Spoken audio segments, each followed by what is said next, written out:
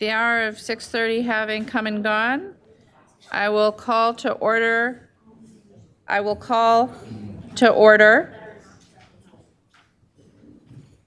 the Common Council meeting of June 4th, 2024, and ask the clerk to please call the roll. President Figueroa Cole. Here. President Figueroa Cole is present. Alder Govindarajan. Alder Govindarajan is present. Alder Ugair. Present. Alder Ugair is present. Alder Harrington McKinney. Present. Alder Harrington McKinney is present. Alder Knox. Present. Alder Knox is present. Alder Latimer Burris. Present. Alder Latimer Burris is present. Alder Madison.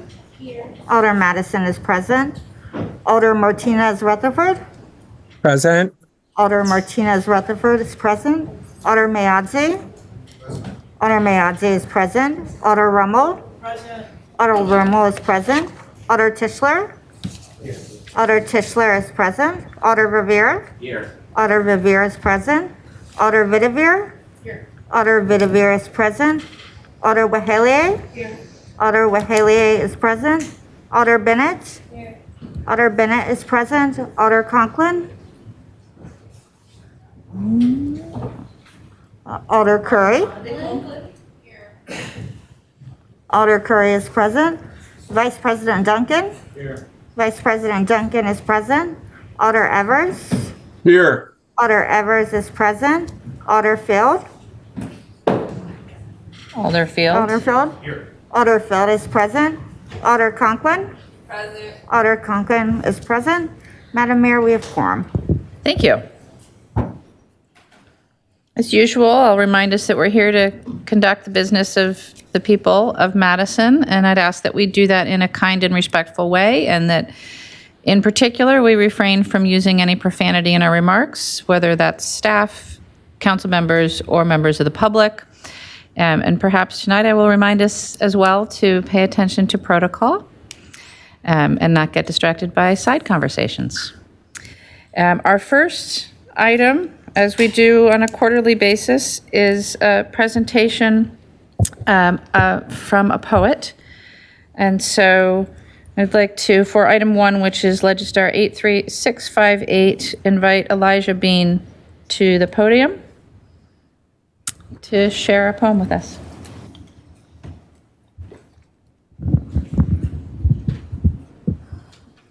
Good evening, everybody. I'm here on behalf of Stephen Espada Dawson. He's a current poet laureate of Madison, Wisconsin. My name is Elijah Bean. I am the Ronald Wallace Poetry Fellow at UW-Madison, where I am teaching poetry and fiction. And tonight I offer you a poem that's in the spirit of trying, and it's titled Practice Forever.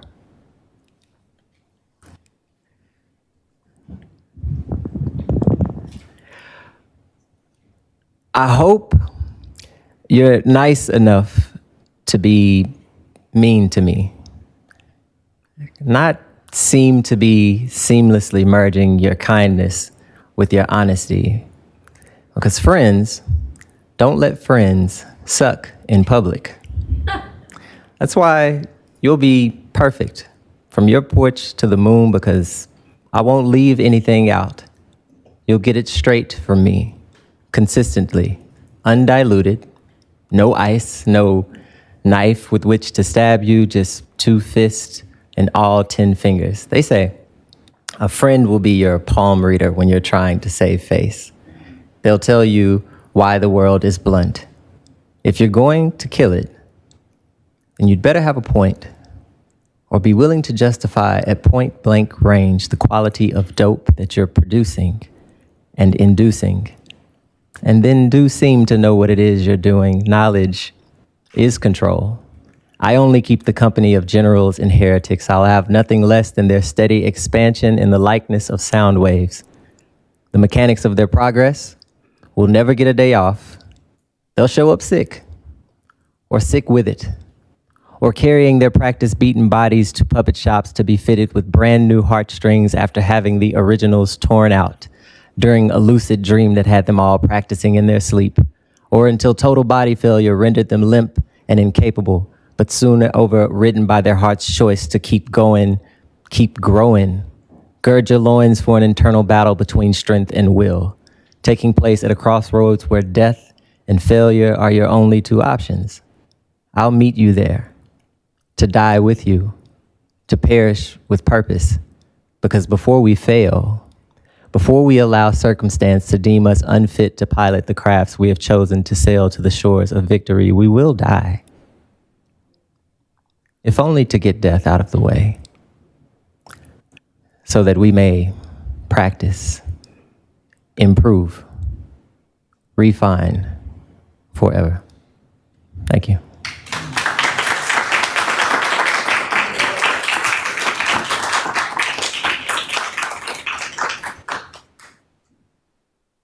Thank you so much. We appreciate you. Thank you for sharing those words with us. Our next item is a presentation by Streets, Urban Forestry, Engineering, and Parks on managing trees and urban green space. And we have representatives of a number of different agencies here.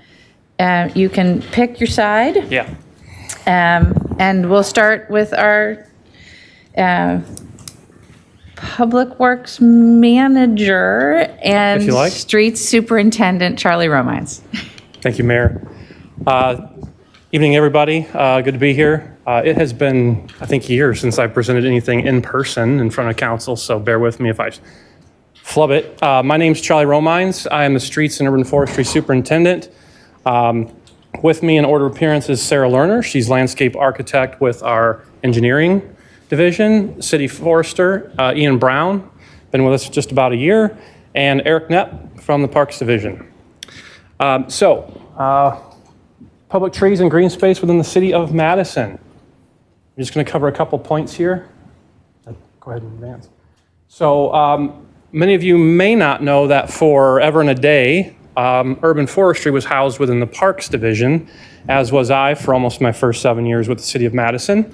In January of 18, I moved over to become the street superintendent, and in January of 2020, forestry followed. Why? I've been asking myself that a lot the last couple of weeks. Go ahead and forward the slide. Two main reasons. There were financial benefits for doing that, and there's a lot of operational benefits to do that to this, and I'll touch on those very, very quickly. So a lot of people don't know that for the way it had worked forever was that if a resident took care of a tree, brought it out to the curb, the Streets Division chipped and hauled that brush. But if an arborist, the city arborist, did the same thing, we took our highly trained and skilled arborists and we put stump grubbers and brush trucks in their hands, and thought, well, it makes a lot more sense if the people we have that already do that work just do that work and keep our arborists arboring. So essentially what we've been able to do is do just that. Our arborists no longer drive brush trucks. They no longer chip the brush. That is done by the Streets Division staff throughout the year. And one of the biggest operational efficiencies that has brought to pass is we were on a cycle prune, like every tree, every right-of-way tree in the city was getting pruned once every 20 to 22 years. We're now down to about 10, 11 years. So that's just a small example of the power of having the Streets Division and forestry together. And then we've brought on public works laborers. These are full-time year-round laborers. They do a lot of the same tasks that our seasonal laborers do, but these are full-time positions with a lot of great opportunities for people to grow. That's not the purpose of tonight. But what that has done is financially, we've taken $250,000 off the general fund, which I know is especially relevant these days, and put it onto the urban forestry special charge, very appropriately so, with a lot of wonderful benefits to the urban forest, which I touched on one, but for the sake of time, we'll leave that there for now. But it's been a big win. And our arborists, who are all wonderful, but you can't get them all to agree the sky is blue, will tell you that this has been a big win for our forestry section. Next slide, please. And then the second thing that I wanted to go on, talk about real briefly beyond just the annual kind of benefits from a financial standpoint is operationally. The storm that we had 2 weeks ago, if we hadn't made the change, the city would have managed it. Parks and forestry and parks would have managed, streets would have helped, it would be okay. But having forestry in the streets division means that we have been for almost 4 years now working together as a unit where we have brush truck drivers and chippers that already know the arborists, already know the choreography of a storm work zone and what that has allowed us to do. I don't know if all of you know, we have less than 30 people in the city who run a chainsaw. Right now, that's about 23 arborists. We have 4 trainees who got here just in time for spring planting, and we have 2 people out in workman's comp. They're doing all the chainsawing from over 1,070 tree calls. We're 2 weeks in, and what some people, including MG, have said is, in some regards, the worst storm since 1976. We've had no worker injuries. The residents of the city haven't had significant injury. And I don't want to say the storm wasn't a big deal and we didn't have constituents that were upset, but by and large, I think from a public works standpoint, the fact it seems almost like a non-event is a credit to this change and people like Ian Brown, who's been with us a year as city forester. I want to say specifically Craig Klinke. He is a forestry operations supervisor. I don't think he went home for 36 hours, the first 36 hours.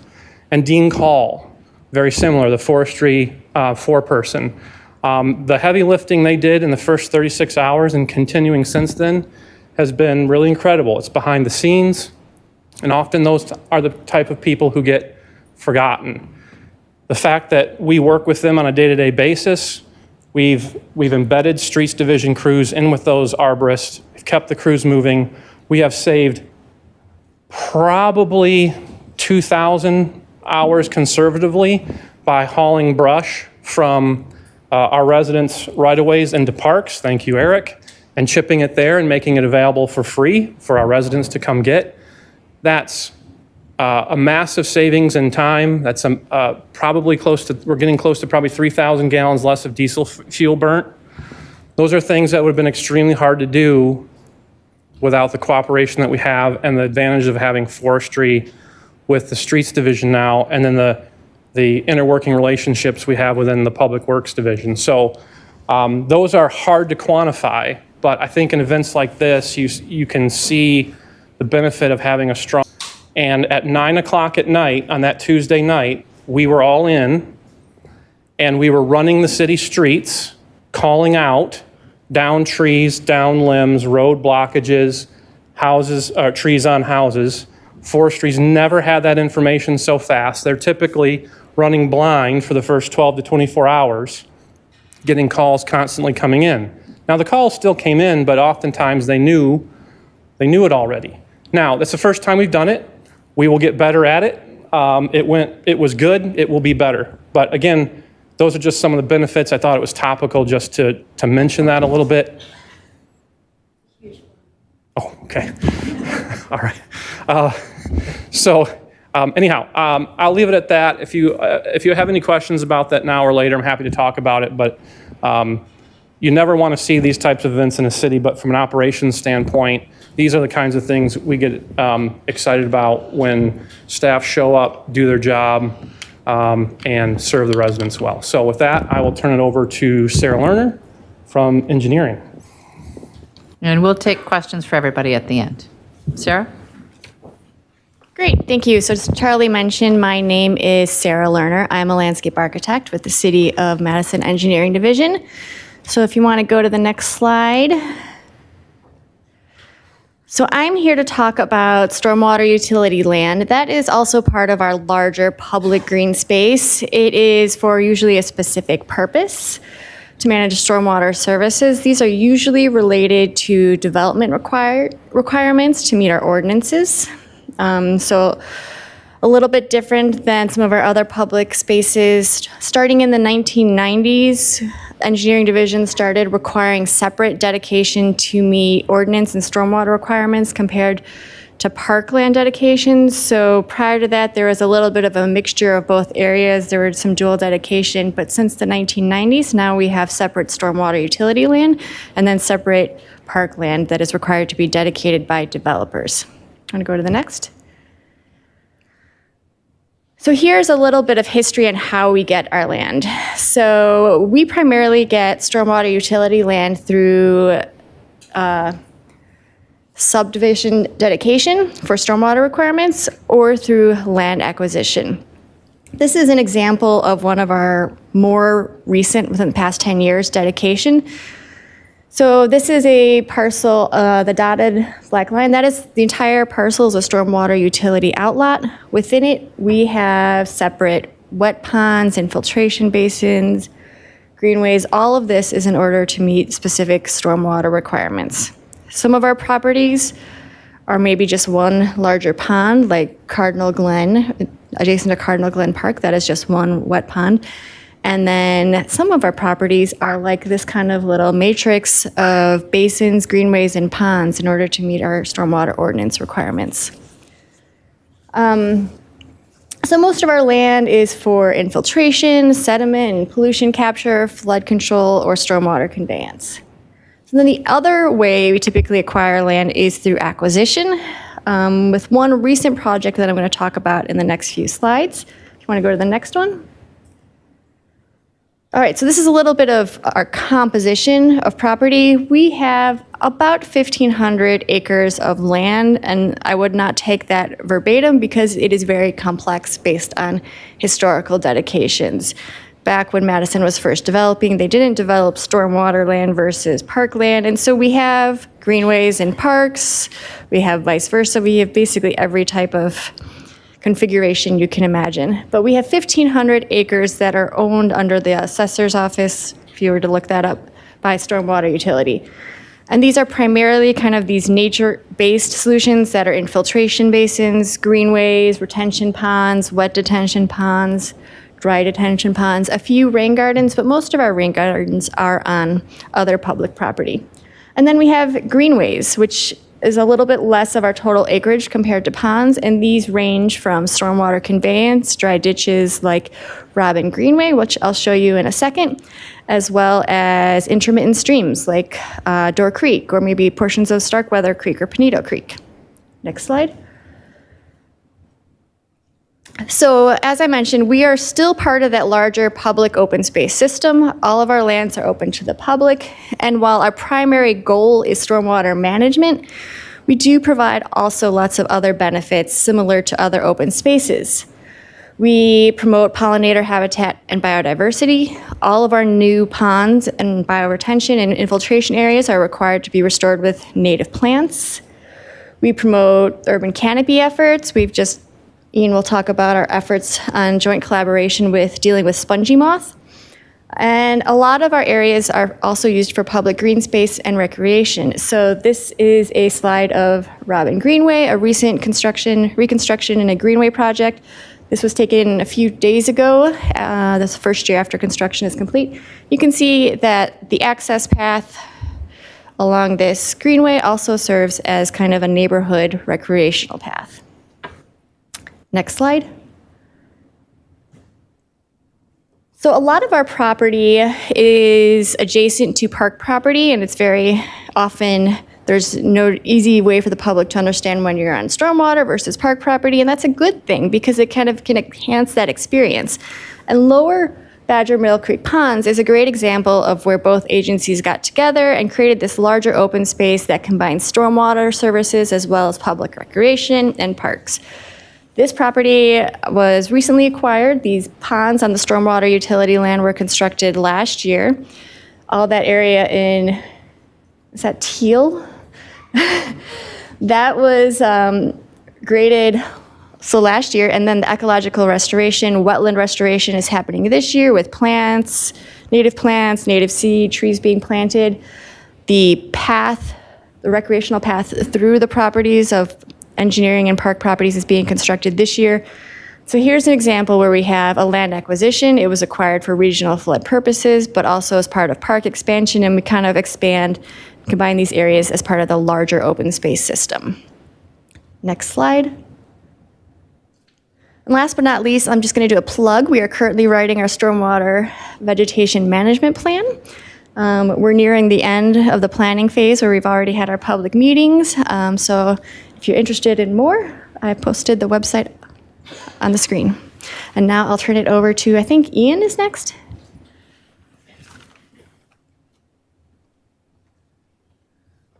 Hey, good evening. My name's Ian Brown. I'm the city forester. I've been here for a year and a hot minute. I literally started about this time last year. So just in time to join for kind of the storm of generations. But the bread and butter of what we do, and nested within the streets division, the urban forestry team manages our terrace trees. So you can think of these primarily as the trees between the sidewalk and the curb, and we have about 100,000 of these. So these are the trees that most of our visitors, residents, constituents are interacting with on a daily basis. These are the ones that we're seeing the majority of our stormwater benefit from because they're overhanging impervious surface, shading the business areas so people loiter and spend money. And these are the areas that are our primary focus as the urban forestry team. So we do tree planting, maintenance, removals when necessary. We do not remove healthy trees, only when they're hazardous and need to come down for public safety. Unfortunately, we've been doing a lot of that with the storm. We do get involved in tree protection as well. So if you think about anytime that there's a development, either a new development where they're converting agriculture to residential housing, or in a downtown space where there is potential tree impact, our team is involved in reviewing those plans and helping to spec those spaces and those sites to support canopy, both now and into the future. So we have a role both in planting and supporting young trees, helping grow them to maturity, as well as preserving, supporting, and being the voice for the mature trees, because it took decades for them to actually get to that space. So, and then the last piece really is emergency response. So I have a little bit about that, in the future. Next, please. So why do we go through this effort? I think most in the room, as well as most of the constituents here in this community, they really lean into and embrace the urban canopy benefits. And it goes much further than just, hey, trees are nice and they're beautiful. There's a lot of stormwater benefit. There's a lot of energy benefits associated with them. I mentioned it from a business perspective. You're going to have people that are going to loiter in commercial areas because there's tree canopy, as opposed to, baking on the sidewalk. You're having property values that are increased anywhere from 5 to 15% with urban canopy that are in front of them. And so those are things that really start to impact the community. There's health benefits too. If you can see urban green space, if you can see and interact with those types of areas, people have better health outcomes, both in prevention as well as in recovery. And so the work that we do has a large impact that really flows through the life of everyone that either lives in, recreates in, or comes to visit the city here in Madison. Next, please. So how do we start? You get a big tree by planting a little tree and then cultivating it for decades. So you start with planting little trees. We do plant anywhere from 2,000 to 3,000 trees a year. Since 2019, that was the last year that we were doing preemptive ash removals in the wake of managing our emerald ash borer epidemic. We have been planting about 1,000 trees more per year than we have been removing. And that's something that we would look to continue as well. Now, planting a tree this size is not the same as removing a tree of this size. And so that's where we really have to do our due diligence to really preserve and support the mature canopy that we have. Now, when we're planting trees, we are also working off of a planting selection list that we present to the Habitat Stewardship Subcommittee. We have 72 unique species, and so we are invested in not only supporting canopy as a whole, but trying to support a diverse canopy so that when we have another host-specific pest, we've had elms and Dutch elm disease, major impacts from that, replanted a lot of ash trees. Now we have emerald ash borer, all our ash trees are going down. So what can we do in the future so that if we have some other host-specific pest or fungus, disease, whatever, that we're going to lose one tree on the block rather than whole trees on the block? So this is something that we're looking forward to and trying really to plan. Now that does look different. So if you have a whole block that's honey locust, if we have to remove a tree, I can pretty much guarantee you we're going to plant something that's different than honey locust. So it is a different aesthetic. That's not bad, that's just different. And so it's an opportunity for us to educate. Diversity is good. The resilience of the community and the canopy are good when we have that integration weaving in and out of all of our neighborhoods. So we're doing that within our tree selection process as well. And then we will preferentially plant large canopy species. So, for instance, a Japanese tree lilac or a crabapple, they're beautiful, they have flowers, they're ornamental trees, but you can plant those things till you're blue in the face and it actually won't move the needle on community canopy. There is no crabapple that will ever grow over a building. We need to plant big trees if we're gonna have urban canopy that grows over either sidewalks, streets, houses, any of those. And so if we're trying to move the needle towards a community canopy coverage goal, we need to plant big trees. Again, big trees, they start small and we wait. But we are really looking at trying to put a big tree in every place that we possibly can fit it. And then furthermore, we're working with the engineering team to spec and improve the soil specifications. So below grade, we're doing things that would allow those large canopy species to actually reach maturity. Because if you don't give them the necessary soil requirements that they need, it doesn't matter what you plant, they still won't grow. So we are trying to work across these divisional boundaries to really try and support the future canopy of Madison to the best that we can. Okay, next please. So once you plant them, what do? Well, you have to maintain them. And how do we do that? We have a computerized street tree inventory. Every green dot on the map is a tree site. So we actually just updated this this year, and we have a public-facing side to this that we'll be going live on in the near future. Probably months, not years, but there will be an opportunity for residents to actually interact with what is the tree outside my house. And so this is a software that we are using right now to run our field operations. We table this for storm response because it's a little bit clunky. It's a lot of clicks to do for a single tree, but right now, as we're doing kind of the cleanup phase, we are absolutely going back to this. So a tree removal gets put in here, it creates a work record. Our field crews are using iPads in the field to manage their work electronically and track their work electronically. So this is a way that we can not only track what we're doing, but be more efficient and transparent with the work that we're actually doing throughout the community. Charlie mentioned our pruning cycle. So young trees, similar to the association I usually give is like kids or a puppy, you do have to invest a bit more with them when they're young. And so we actually we call it structural pruning, but young tree pruning, we do more frequently to try and set those trees up for success in the future. That's establishing their structural lateral branches, so we can actually help train the tree in the way that it's going to grow, clear the sidewalk, clear the street, so we don't have ongoing impacts with either buses, cars, pedestrians in their face. Those are all things that we have to be aware of, much more so than a tree that might be planted in someone's private property. Mature trees, on the other hand, once they're established and their canopy is above the area that we need to clear, they don't need as much attention.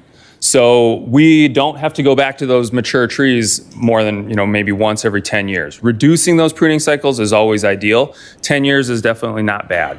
So we're trying to strike a balance there of investing more time and energy on the little trees where it really, really matters.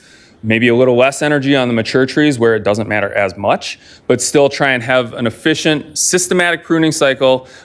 We do attempt to reach out to all of you as alders as well when we do what we call district pruning. We send you a map and say, hey, our crews are going to be in there. And so there is a greater impact to the neighborhood when we have all of our staff there, but they're there once every 10 years, maybe once every 5 years. So we'll try and be as quick and light of a footprint as possible, but there is potentially an impact for your residents when we are there. I mentioned the tree protection piece. So you can think of these as basically forestry eyes on engineering plans.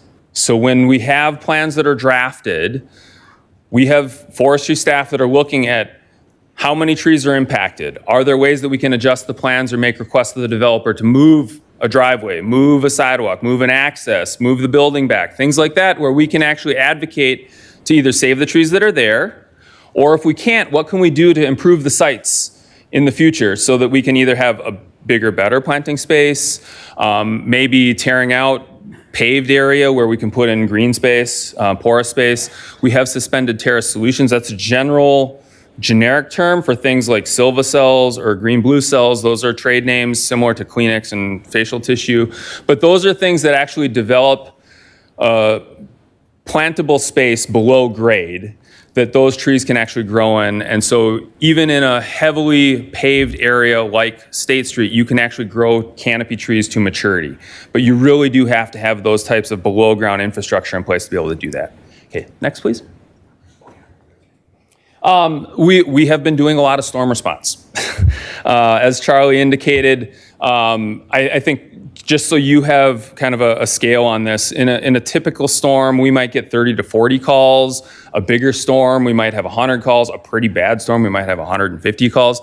We have nearly 1,100 calls that we've been following up on. The 270 calls that Charlie referenced, those are our highest priority emergency situations, like literally a tree laying on a house or blocking the road completely. We had staff in from Tuesday night continuously until Saturday morning. Clearly they do have to go home, but they were running 12-hour shifts and doing everything that they could. With that being said, we have a staff of essentially 30 chainsaw folks. So when we have a blizzard, you can potentially call more cavalry, more people that could potentially man plow trucks, staff plow trucks. The challenge that we have with arboriculture is storm response is literally the most dangerous thing that we do. There can be wires in trees, and there were wires in trees. You can have trees and branches that are under either compression or tension. You were not present when that got put in place, and so you don't know exactly how those things are going to release. And so there's not really an opportunity to just say throw more labor at it. You need to have the most trained staff helping with those situations. And so we worked through as fast as we could. But when there's a list of 270 really bad things, someone's going to be number one and someone's going to be 269. And we're going to work as quick as we can, and that's just how it is. But we tried to be transparent with all of the residents to let them know, yes, you're on the list. We are coming. I can't give you a time frame, but know that we know about you and we are coming to try and help. What I have a picture of here is actually our most specialized piece of equipment. The staff call it the KGB. It's a knuckle boom crane that actually has a grapple head attachment.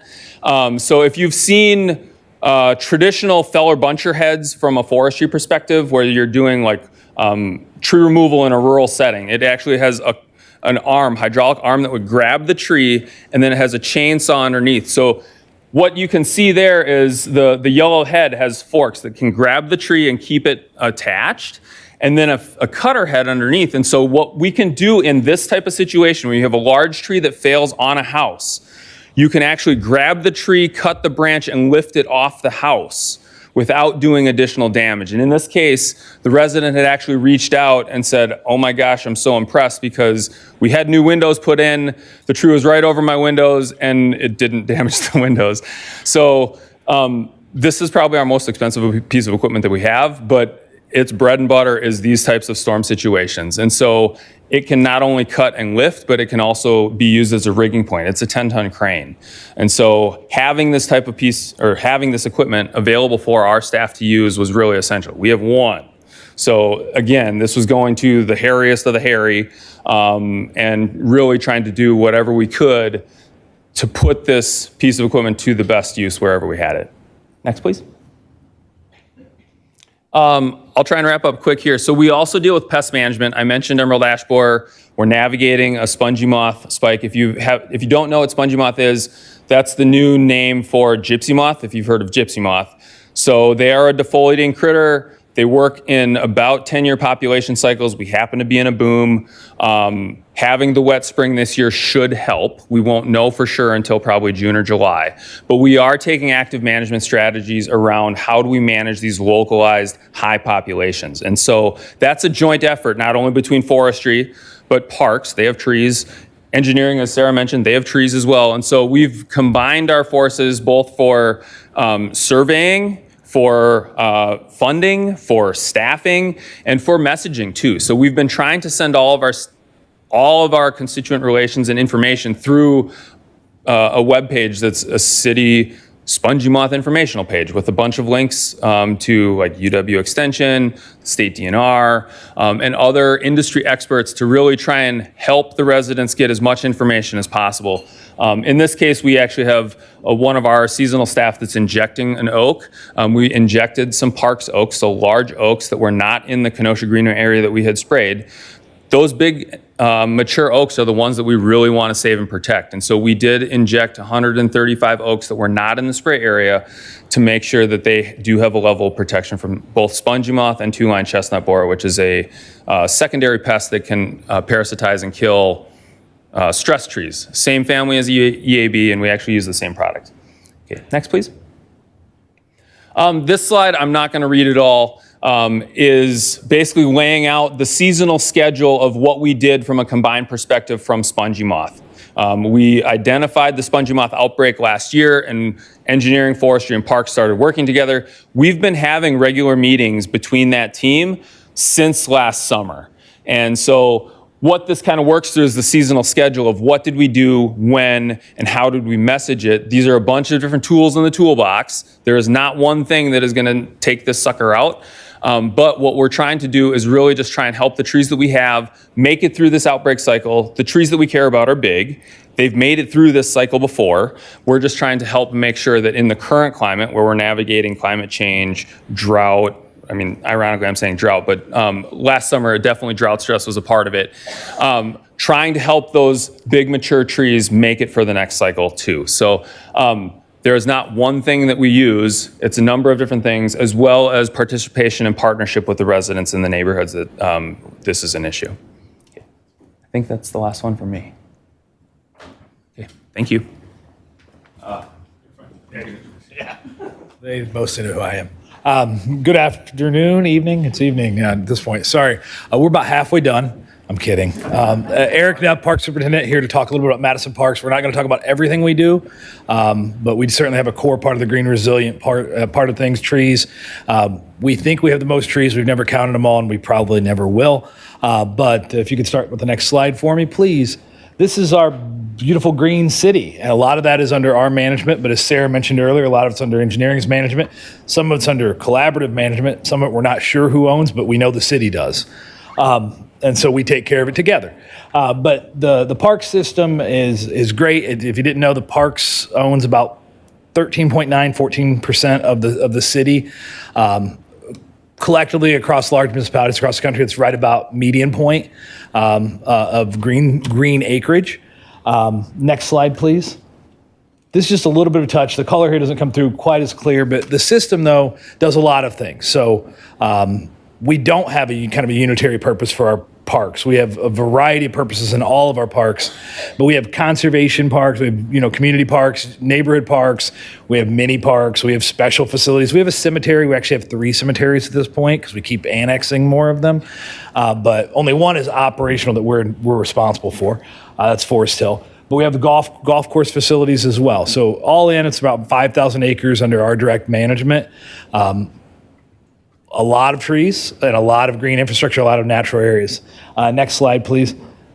This is one we've recently, in the last decade, I guess I've been with parks back when Charlie started some of the work that really led to what we now call our ecology team. We've always had conservation parks. Think Cherokee Marsh, Owen Park, Edna Taylor, Olin Turble, right? Very highly intentional conservation and active land management to preserve those ecosystems. Historically, in the general park world, there was more like mowed turf, trees, and then stuff that got ignored, bluntly. But we've really tried to engage that ecological restoration, natural area management in all of our parks.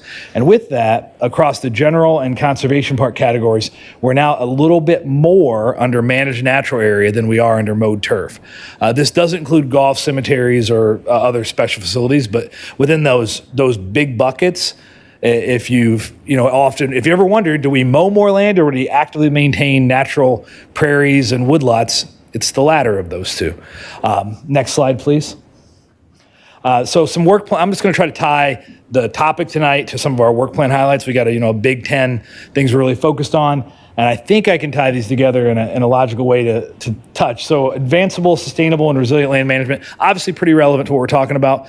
But stepping from that, we go from the land itself to also then the people and how people use that land, how people engage with that land, right? In golf, you might bristle at what the heck we're going to talk about golf tonight, but we'll get to it. But golf is actually a real part of land management, and we can change the way we've thought about it for a long time and do a lot more in a green, resilient way. Building a division-wide volunteer program. This is also really impactful and important. We talk about general fund costs. I've got a good way to get a lot of land management done. Just we need to coordinate those volunteers. They're passionate, dedicated. There are thousands of them in the city. All of them are smarter than me. And that's awesome, because that's also a low bar. But and the last one, expanding efforts to support nature everywhere, which is really focused on kids, but it's for everyone, nearby nature and accessible. One of the facts you should also know is for a city our size and density level, we're really phenomenal in access to parks. 95%, I think next year's calculation will be 96% of our residents are within a 10-minute walk of a public park. That is phenomenal for a city of our density. You know, San Francisco's at 100%. I saw Phil last week at the Nature Everywhere conference. He brags about it all the time, but I mean, he's got 800,000 people in a city half our size. It's a little easier to build that in. But we should be really proud of it. We're at the top end of a medium density city. Next slide, please.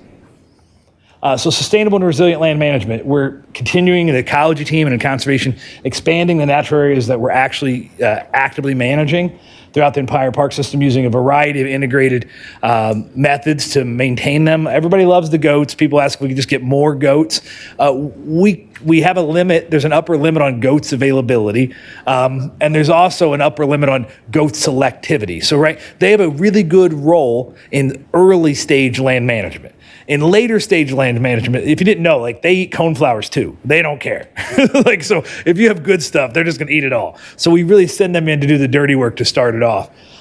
Then eventually we end up using prescribed burns across the system. Engineering, Sarah has done a heck of a job collaborating with us, with contractors, just taking an all hands on deck. How do we get the most burning done? This is super impactful for the seed bank and the ecosystem to kind of regenerate. I won't talk a ton about how many trees we plant every year because it varies, but 250 to 300. But we do a lot of other things, like we buy trees, we buy woodlots. On the north side a couple years ago, we bought 1,000 trees, right, of maturity. That's pretty cool. But we also do things like let oaks naturally regenerate. If you go to Olin Park, none of those oaks, those baby oaks, we didn't plant any of them. Right? What we did is got the bad stuff out of the way, the buckthorn, the honeysuckle, all those evil things you hear us talk about. Why we do that? You get them out of the way, those oaks that Ian talked about will naturally regenerate. And those oaks that are regenerating, the genetic material they come from has obviously been very successful in that location for a very long time. And even in the age of climate change, we think the most resilient oak we can plant is the oak that came from where it's at. So that's pretty cool. We also continue to convert to EV equipment. We have quite a few electric vehicles. We're 80-ish% of the things we do, we now have an electric component of hand tool that we use it for. There's some of the big, even including chainsaws, we use some, but there's still gas powered out there because of some of the power and cost. We continue to work to maximize that work. And we plant trees. Oh, I forgot to highlight the mayor. There's the mayor planting the beautiful trees out in front of our building and a prairie. But next slide, please, and we'll kind of try to go a little quicker here. So advance the golf program transformation. What I said earlier is golf you might not think of as a natural area thing, but if you go to all of our courses, Odana, there's a beautiful pollinator garden. Shout out to Marcel next to the volunteer, next to the parking lot. Best milkweed patch in the city. Go check out the butterflies. It's pretty amazing. But the Glen, we increased our natural areas on that little 36-acre golf park by 1,700%, right? So we can do these kind of things and not have just the mowed turf everywhere approach, which is awesome. And I think it really highlights Oak Savannah there, and I'm really hopeful to see those baby oaks regenerate at the Glen as well. Next slide, please.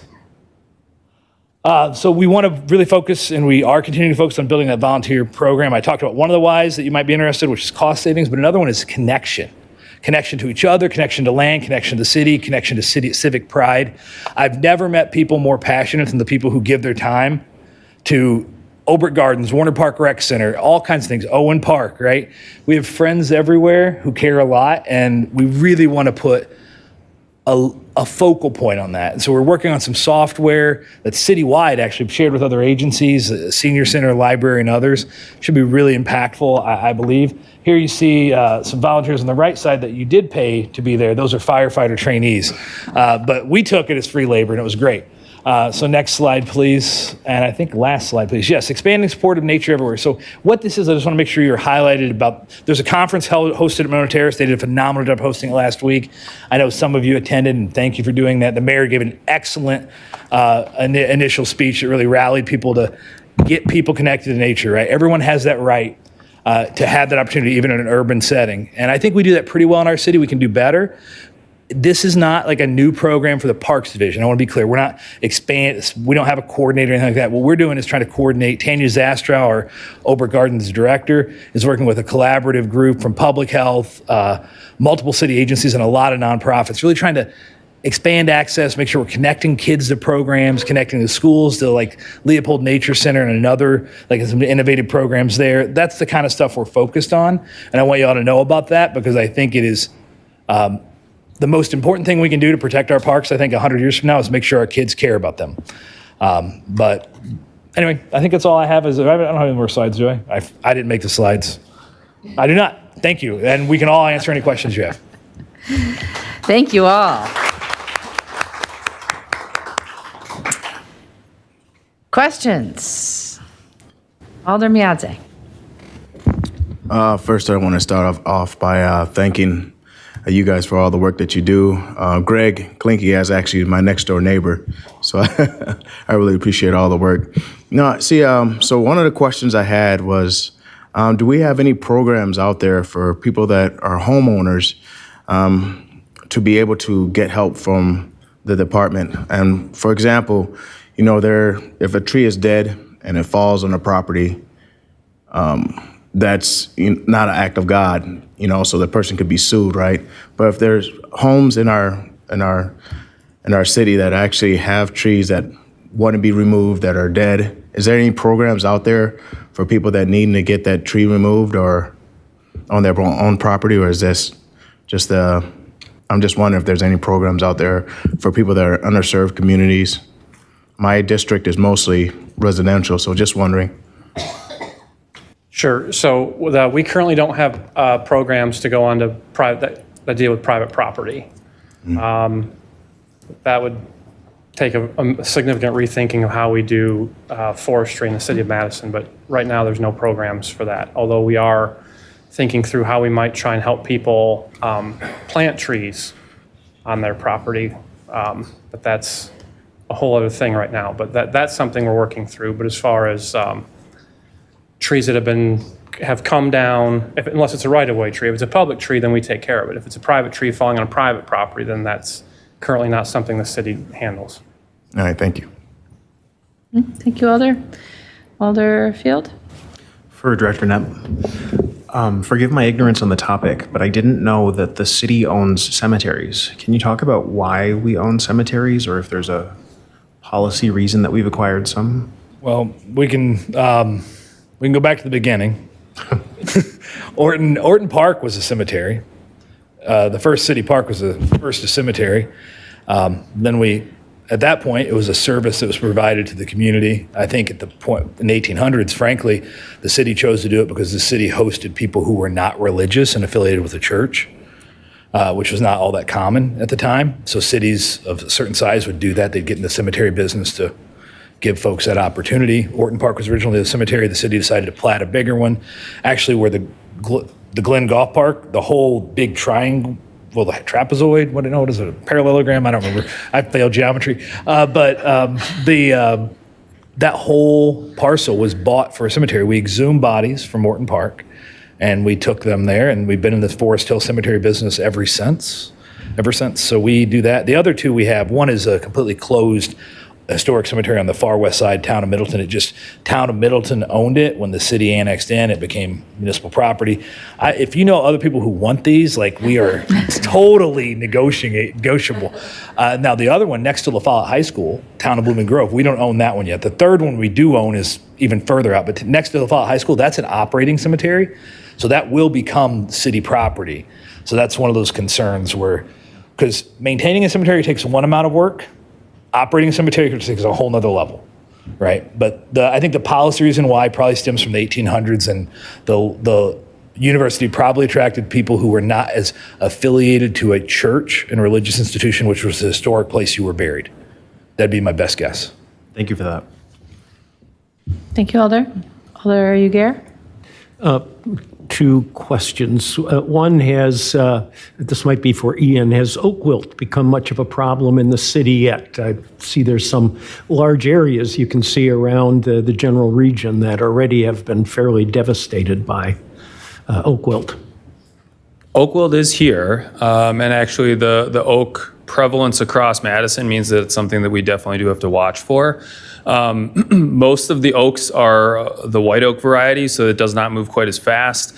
There are treatment solutions that you can inject into the trunks of trees. That's an individual stem treatment, so that's not going to treat a whole natural area worth of oaks, but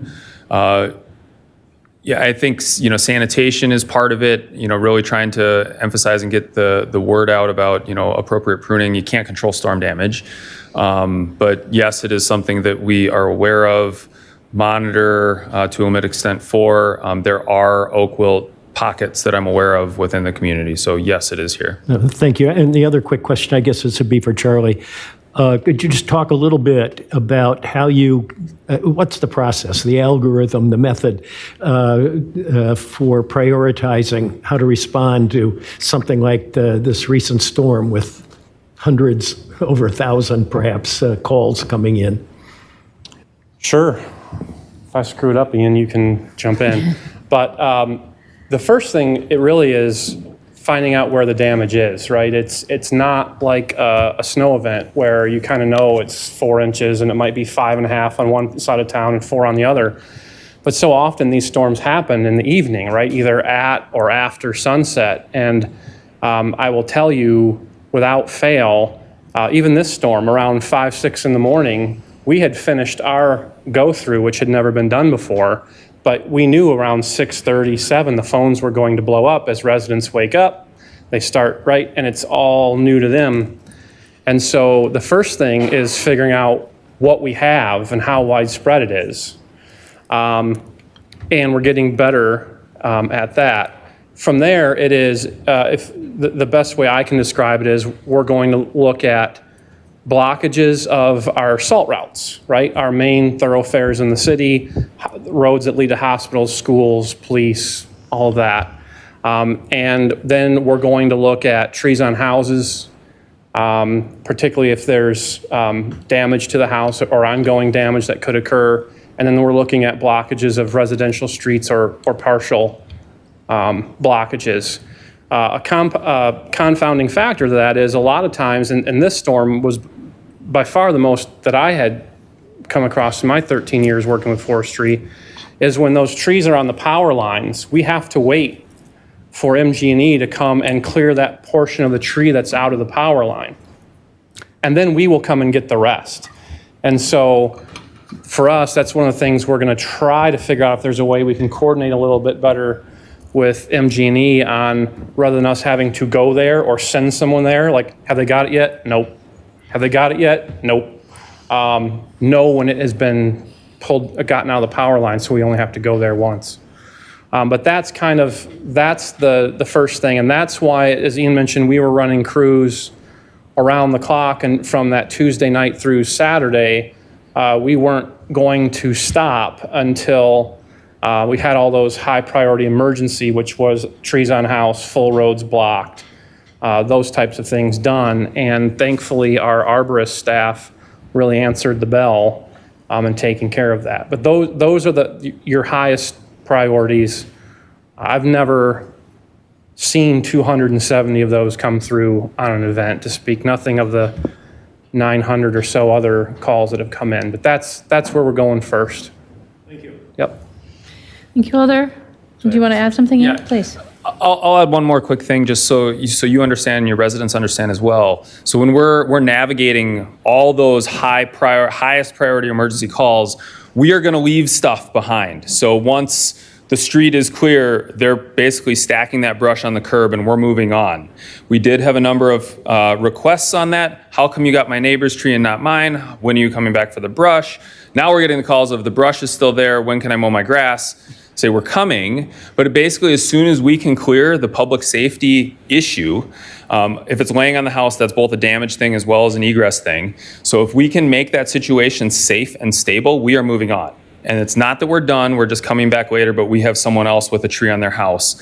Ironically, things like trees on cars, relatively low priority in those types of things, because taking the tree off the car doesn't untackle the car, but taking the tree off the house does prevent further damage. And so we're trying to prioritize our limited staff time in all of the highest impact areas that we possibly can. So things look different, and I understand that.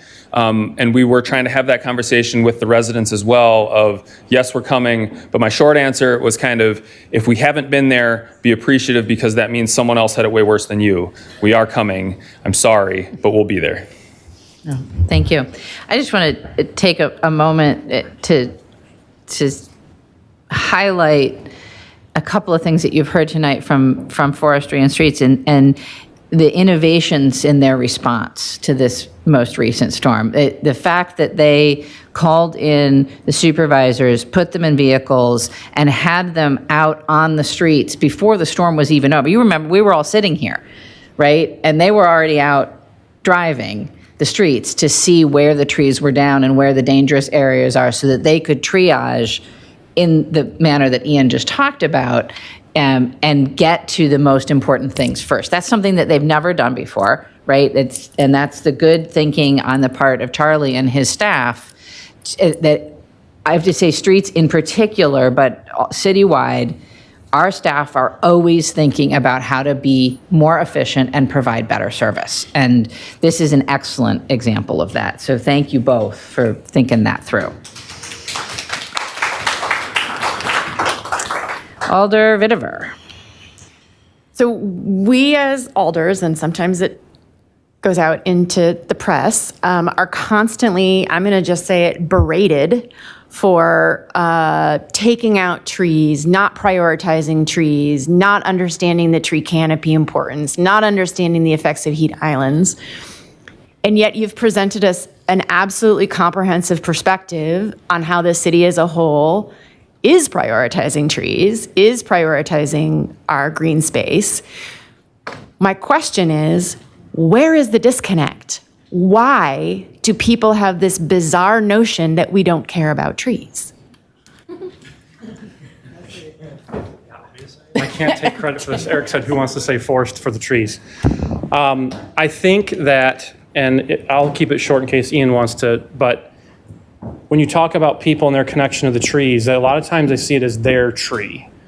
I can tell you that one thing I really learned during our EAB response, right, for a city staff, for forestry, we're looking at the city as a whole or a neighborhood as a whole. And for residents, oftentimes they're talking about their tree in their yard, or the tree in front of where they work, or right, their favorite park tree. And so for them, it's a very personal connection that as staff that you have to remember, but it's hard to manage to that. And so I think a lot of times people get caught up on, you're removing the trees that shade the thing I care about the most.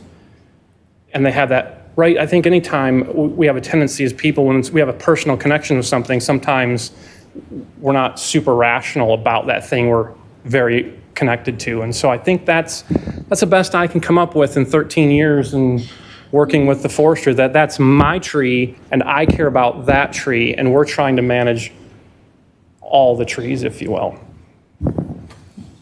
Thank you, Alder. Alder Bennett? Well, Alder Vitiver took the question out of my mouth. But I do have other questions.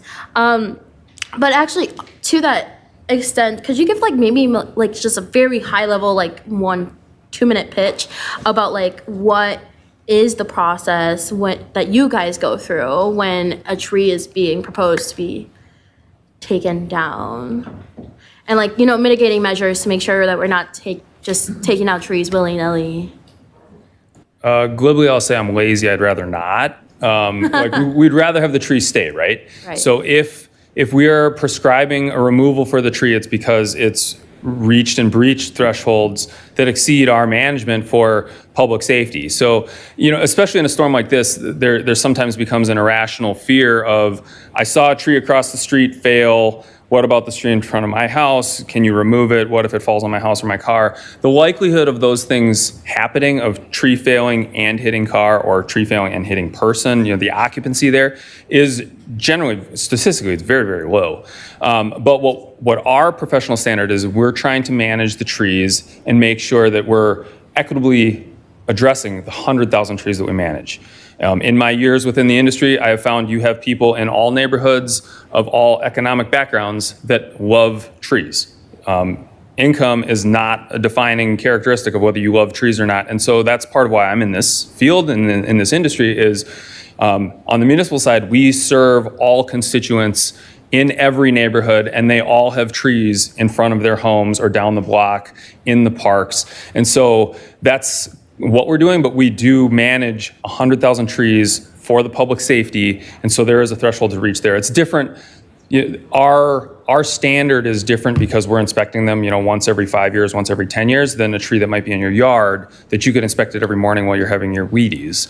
So there is a different threshold there, but we are trying to manage the public's trees for public safety and retaining them in any way that we possibly can. Yeah, that makes sense.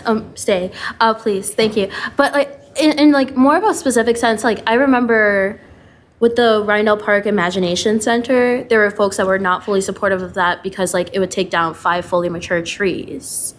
And in instances like that where we are proposing a development of mature, healthy trees, how do we make sure that we're not, now when I see it's 5 trees out of I don't know how many trees you said, 2,000 trees, it doesn't seem like a lot, but I'm wondering how do we kind of triage new development with? I think there is definitely a balance to be struck in having a transparent conversation about what considerations are there, what priorities are in place. Even the point, so maybe there were 5 trees that were removed, but there might have been other ones that were saved. And so pointing out the I'll use Jim's term, engineering gymnastics that sometimes happen to try and have things retained where they, if you follow a straight line that they might not be. Retaining trees costs money. I would argue that losing trees also costs money. Planting new trees costs money. But the community embraces it, and it's important to have just the livability and viability long term to be able to have those mature trees. So I don't know in that specific case, but what I would hope, and I mean, we're actively having this conversation around Sauk Creek too, which isn't forestry land, it's engineering land, but having the conversation about we live in a developed urban space. There are needs here that are different than the back 40 and the Northwoods. And so trying to help have, Alder, to your point, have an open conversation about we live here. There's 270,000 people that live here. And so nothing here is natural. It's all highly disturbed. We are trying to effectively professionally manage it, and sometimes management requires removing things. Sometimes management requires planting things. Sometimes management requires engineering gymnastics to save things. But letting people know that these decisions are not made willy-nilly. They're made by professionals that are deeply invested in what we do, educated, and I'm not saying that I have all the answers, but I do want to get the input from residents on what we can do, and sometimes we can find an agreement, and sometimes we can't. Actually, Alder Rummel, I had met with a constituent on site about a tree that they loved and were deeply disappointed to lose. And when I pointed out the points of failure and the things that would never get better, it would only go smash. We came to a point of understanding and left that conversation with not only losing the tree, but happy to get the new one and embracing the new life that they could see grow in that same space. Yeah, thank you. I just want to add one quick thing. So in the 13 years I've been involved with forestry, we've come a very long way to protecting mature trees. Whether it is a project out of Jim's shop from engineering, Tom's shop in transportation.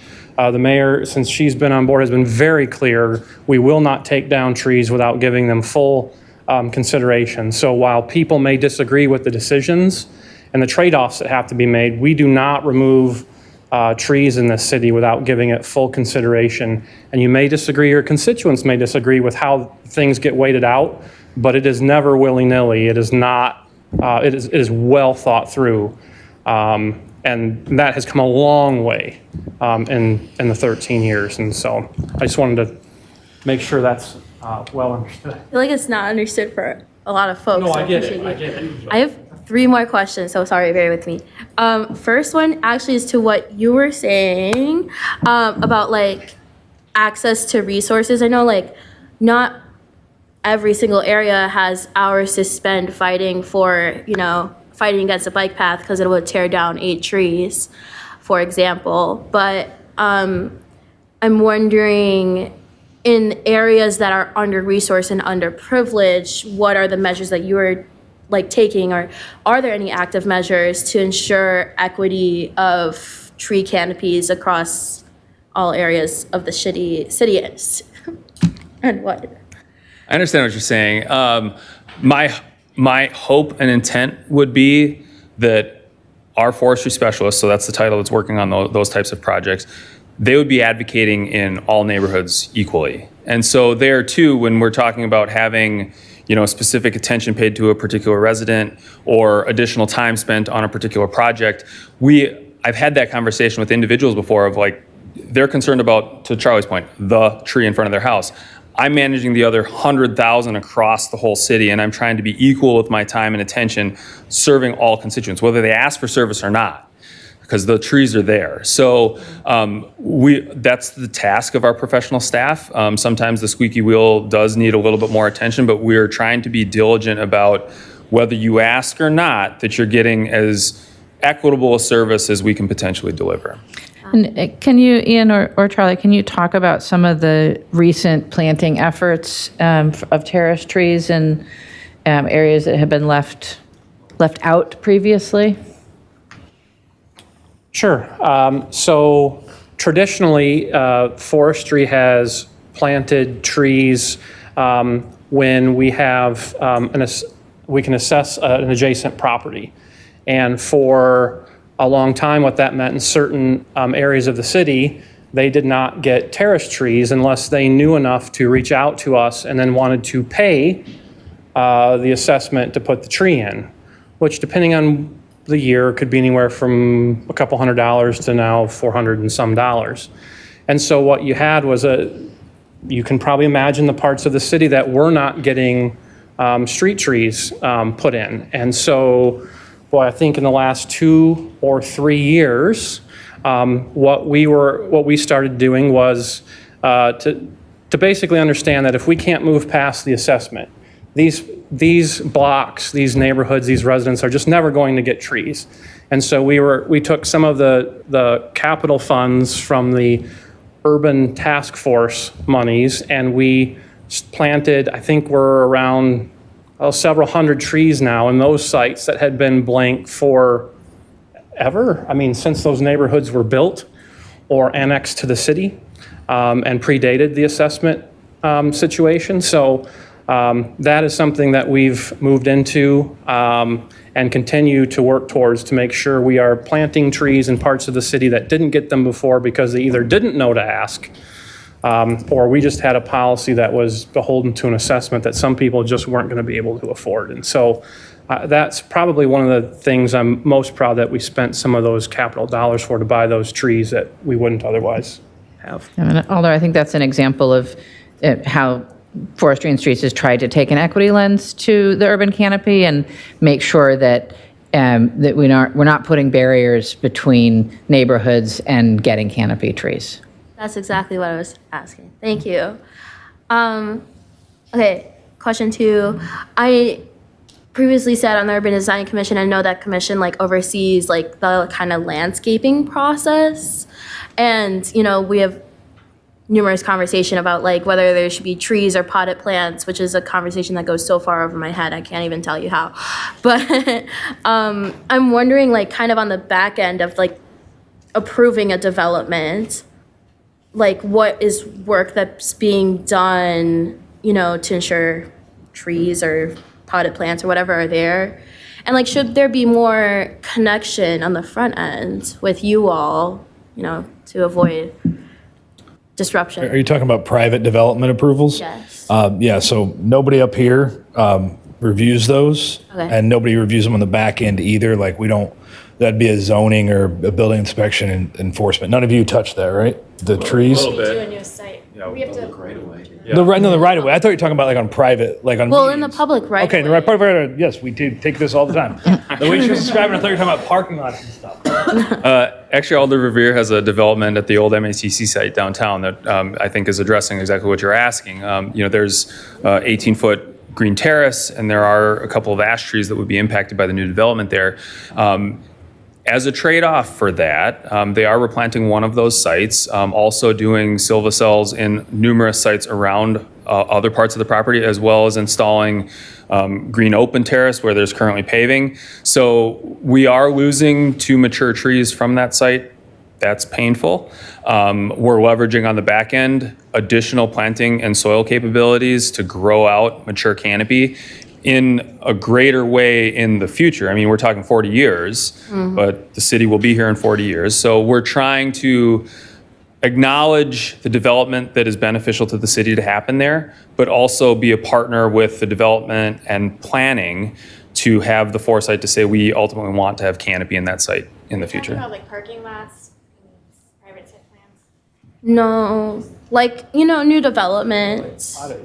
So it is perhaps an interesting question, given that we are in the process of updating our urban design standards, to ask the question of how those might impact trees on private property in the future. I don't think that's a conversation that has been had yet, but the question is timely because we are in that process.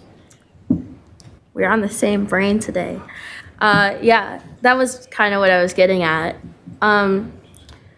So yeah, thank you. And my last question is probably for you, actually. And it's what, if any, work does the city do to, put in place mitigating efforts for stormwater pollution on construction sites? I finally get a question.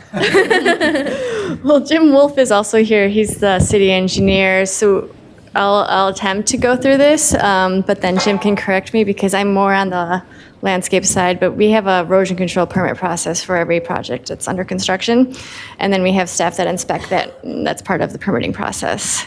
That includes silt socks, silt fence, be inspected after rainfall events. They're required to as part of their approval process for the permit. So that's largely the whole erosion control permit program, which is a separate program within the engineering division. Gotcha. Okay, cool. Thank you. Thank you, Alder. Alder Rummel? Thank you, Mayor, and thanks for this great presentation, how timely it is to hear from you after our storm. And did you say, Charlie, how many trees we lost, or Ian? Unfortunately, we're still calculating. So basically, we're through the emergency and highest priority stuff. At this point in our cleanup, we are still assessing the trees that we're revisiting those sites of whether they can be structurally pruned and retained or if they need to be removed for public safety. So I don't have an answer on that right now, but we certainly will follow up to this body and the mayor when we do. Thank you. And sort of in the early part of the presentation, we talked a lot about the importance of canopy trees and canopy coverage. And I recall from the Complete Green Streets process, which was before I was elected, that we set a goal, I think was 40% canopy coverage. Could someone talk about what, is that like every neighborhood or just an average, or how are we measuring that? My understanding is that's a citywide average.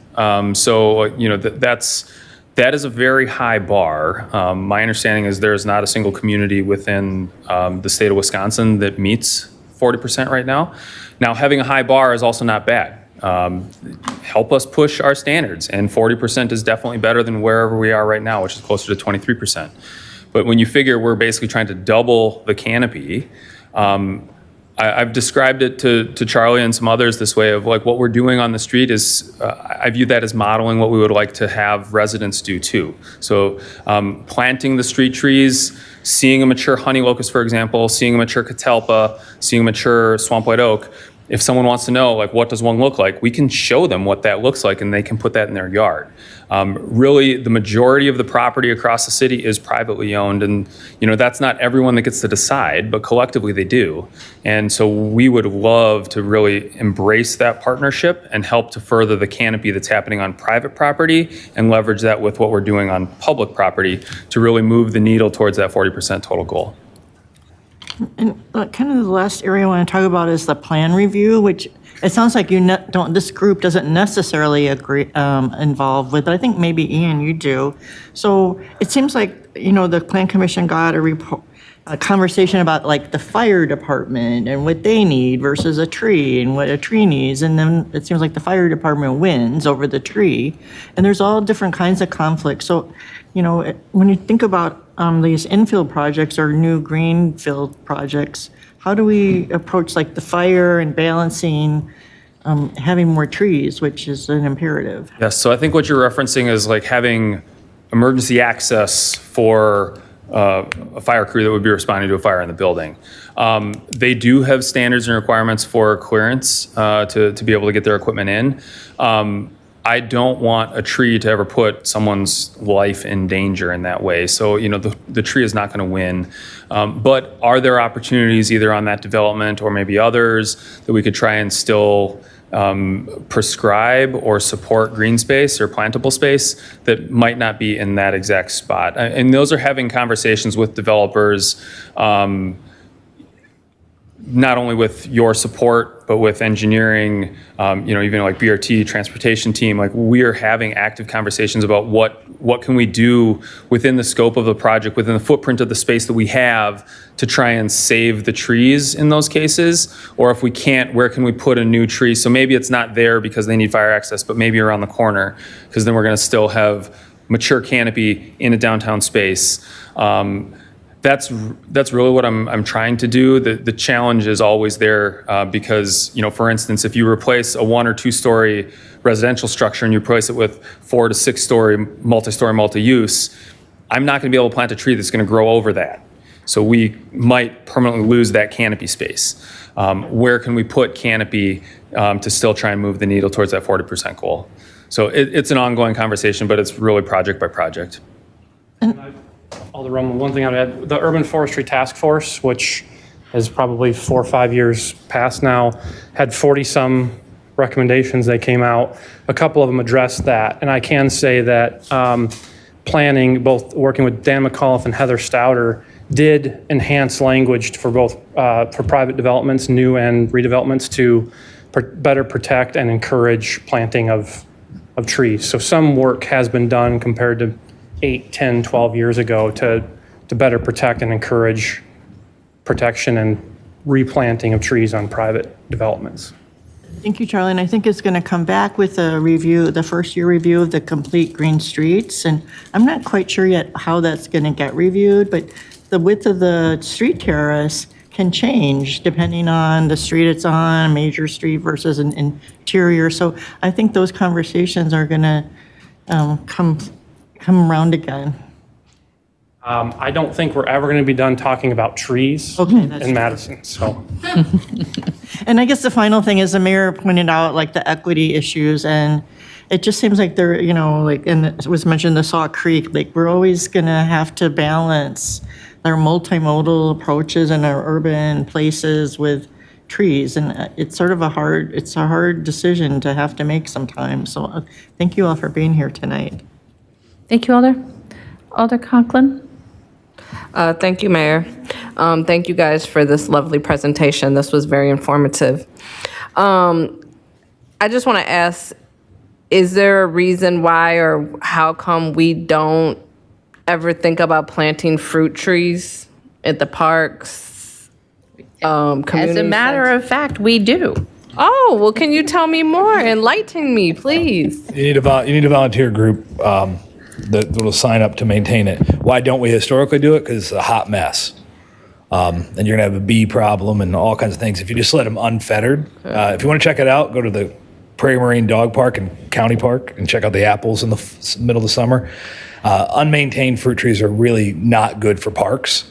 But maintained, we love. And we have opened that door over the last decade. There's a variety of ways you can plant fruit and nut trees in parks. Or berry bushes. Or berry bushes, edible landscape. Edible landscape. Actually, Sarah could talk all about it. Which Sarah used to be in parks. Everybody here used to be in parks at some point, I think. This is bad for me. This is not looking good. I'm now looking like this doesn't look good at all. But no, happy to talk to anybody who's interested. But we really need that kind of commitment because the historic fear was it just kind of creates a hot mess, and bluntly, it does. If you don't maintain it. But if you maintain it, it's an awesome addition to a park. The permitting process is way simplified to when it first started. The mayor actually had a lot to do with that. So we're very open to that in many locations. And we've got to have at least 150 parks that we know we can take one in. So our small planting. So yeah, have somebody reach out to parks. We're happy to do it. Okay, thank We you. just need somebody to help maintain it. Okay. As far as tree sites for things like apples and low-growing trees, this goes back to we want to plant large canopy species. So I would say plant the apple in your front yard that's private property, and we're going to plant a large canopy tree in the terrace space because we're trying to maximize those community canopy benefits. An apple tree will never help us move the needle far enough. Okay. All right, thank you so much. And Alder, this is a thing that I spent years of my life working on when I was on the council, and then subsequently when I was on the Food Policy Council. And there is an easy process for individuals or groups who want to plant and maintain edible landscapes on city property, not just parks. Could be water utility land, could be engineering land. There's a process for that. As they said, there's a maintenance requirement as part of that, but I think it's a great opportunity for people who want to create edible landscapes. Also, if you are looking to create edible landscapes on private property, anything on your side of the sidewalk is fair game, but the terrace is also fair game. We have some rules around vision and maintenance and not putting structures and things like that, but there's a whole website with all this information about how to do edible landscapes in the city, and I could ask our new communications manager to make sure that website gets out to the council. Thank you. Thank you, Alder. Yep. Alder Harrington McKinney. Thank you, Madam Mayor. I forgot that I was in the queue. One of the things that I want to make sure that we speak into the room, and Ian, I had a very interesting conversation with Ian, and so I'm glad to see a woman on the team up there. But please share with us, because several meetings ago, there was a grant proposal that came before us, and the mayor tried to help us to understand why it was important. So this looks like predominantly a white, male-dominated field. What are we doing to break that cycle? Could you just share with us? I'll lead with an apology. I was present for that meeting and dropped off right before that phone got called, so I apologize. We are looking at additional ways to try and improve and support alternate career pathways into arboriculture. So if you look at the field, it is predominantly male, it is predominantly white.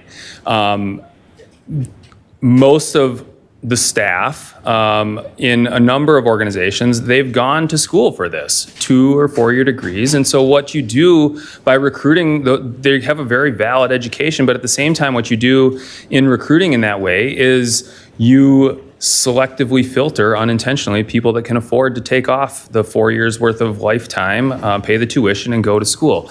Having a 4-year degree is not necessarily a requirement of being an arborist. And so we're working on trying to identify alternate and support alternate career pathways into arboriculture, specifically here in the South Central region. We actually just submitted a federal grant application yesterday to support arborist apprenticeship. That's a conversation that was initiated prior to my arrival, and I've been really pushing hard on that as well. But that is basically to help try and lower barriers to entries for people that would want to be from the community, work outside, and then we would take them under our wing and get them paid related training at MATC. They would get on the job learning here with our staff. They would be a fully gainfully employed city employee earning benefits. And so if you think about the type of life-changing opportunity that presents to an individual family. You could have a parent that is working 2 or 3 jobs to put food on the table and a roof over the head for their child, and now you allow them to work an 8-hour shift with benefits, and now they can go to their Little League baseball game. They can have a family dinner together. They have the steady paycheck that we are looking for as far as providing family security, and they continue to invest and work in the community here. I think those are really generational impacts that we have the opportunity to try and pursue. So we are pursuing a grant opportunity to really, I don't call it a pilot, that would be an initiation of a program that we would see potentially working and going on long term. Our partners for that grant application were both Operation Fresh Start and Madison Area Technical College, and then we would be the employer of record to bring on 2 new staff. So we are hopeful. I think we have a very strong application on that, but that is something that we will remain invested and continue to look at opportunities for how we can do that, reach people, particularly people of color or disadvantaged economic background here within the community, and let them know there are family sustaining jobs here in the community. You don't have to travel. You don't have to go to, leave and go do full-time school. You can absolutely get a job here and support your family for the long term in a green job too. So this is something that especially the younger generations are really embracing. It's more about how do they give back? How do they feel good about the work that they do as opposed to how much money am I making? We need it to be a family sustaining wage with benefits so that they can do what we need them to do. But those are absolutely directions that we're looking at going. If we're successful, I would love to come back and just share some more about our direction and vision for that type of a program. Thank you. Yes, Charlie prompted me too. We have dipped our toe into the water of alternate recruitment as well. So we historically have hired exclusively fully trained professional arborists. Casting that net is yielding few candidates. Certainly no candidates of color, no candidates that are not male. And so this last year, we actually recast the net and added the arborist trainee title. So that's someone who has exposure and experience in the field, but they aren't a fully trained arborist. So if they have a lot of potential, they have a lot of passion, we felt, why should we tell them, no, go work someplace else, come back later?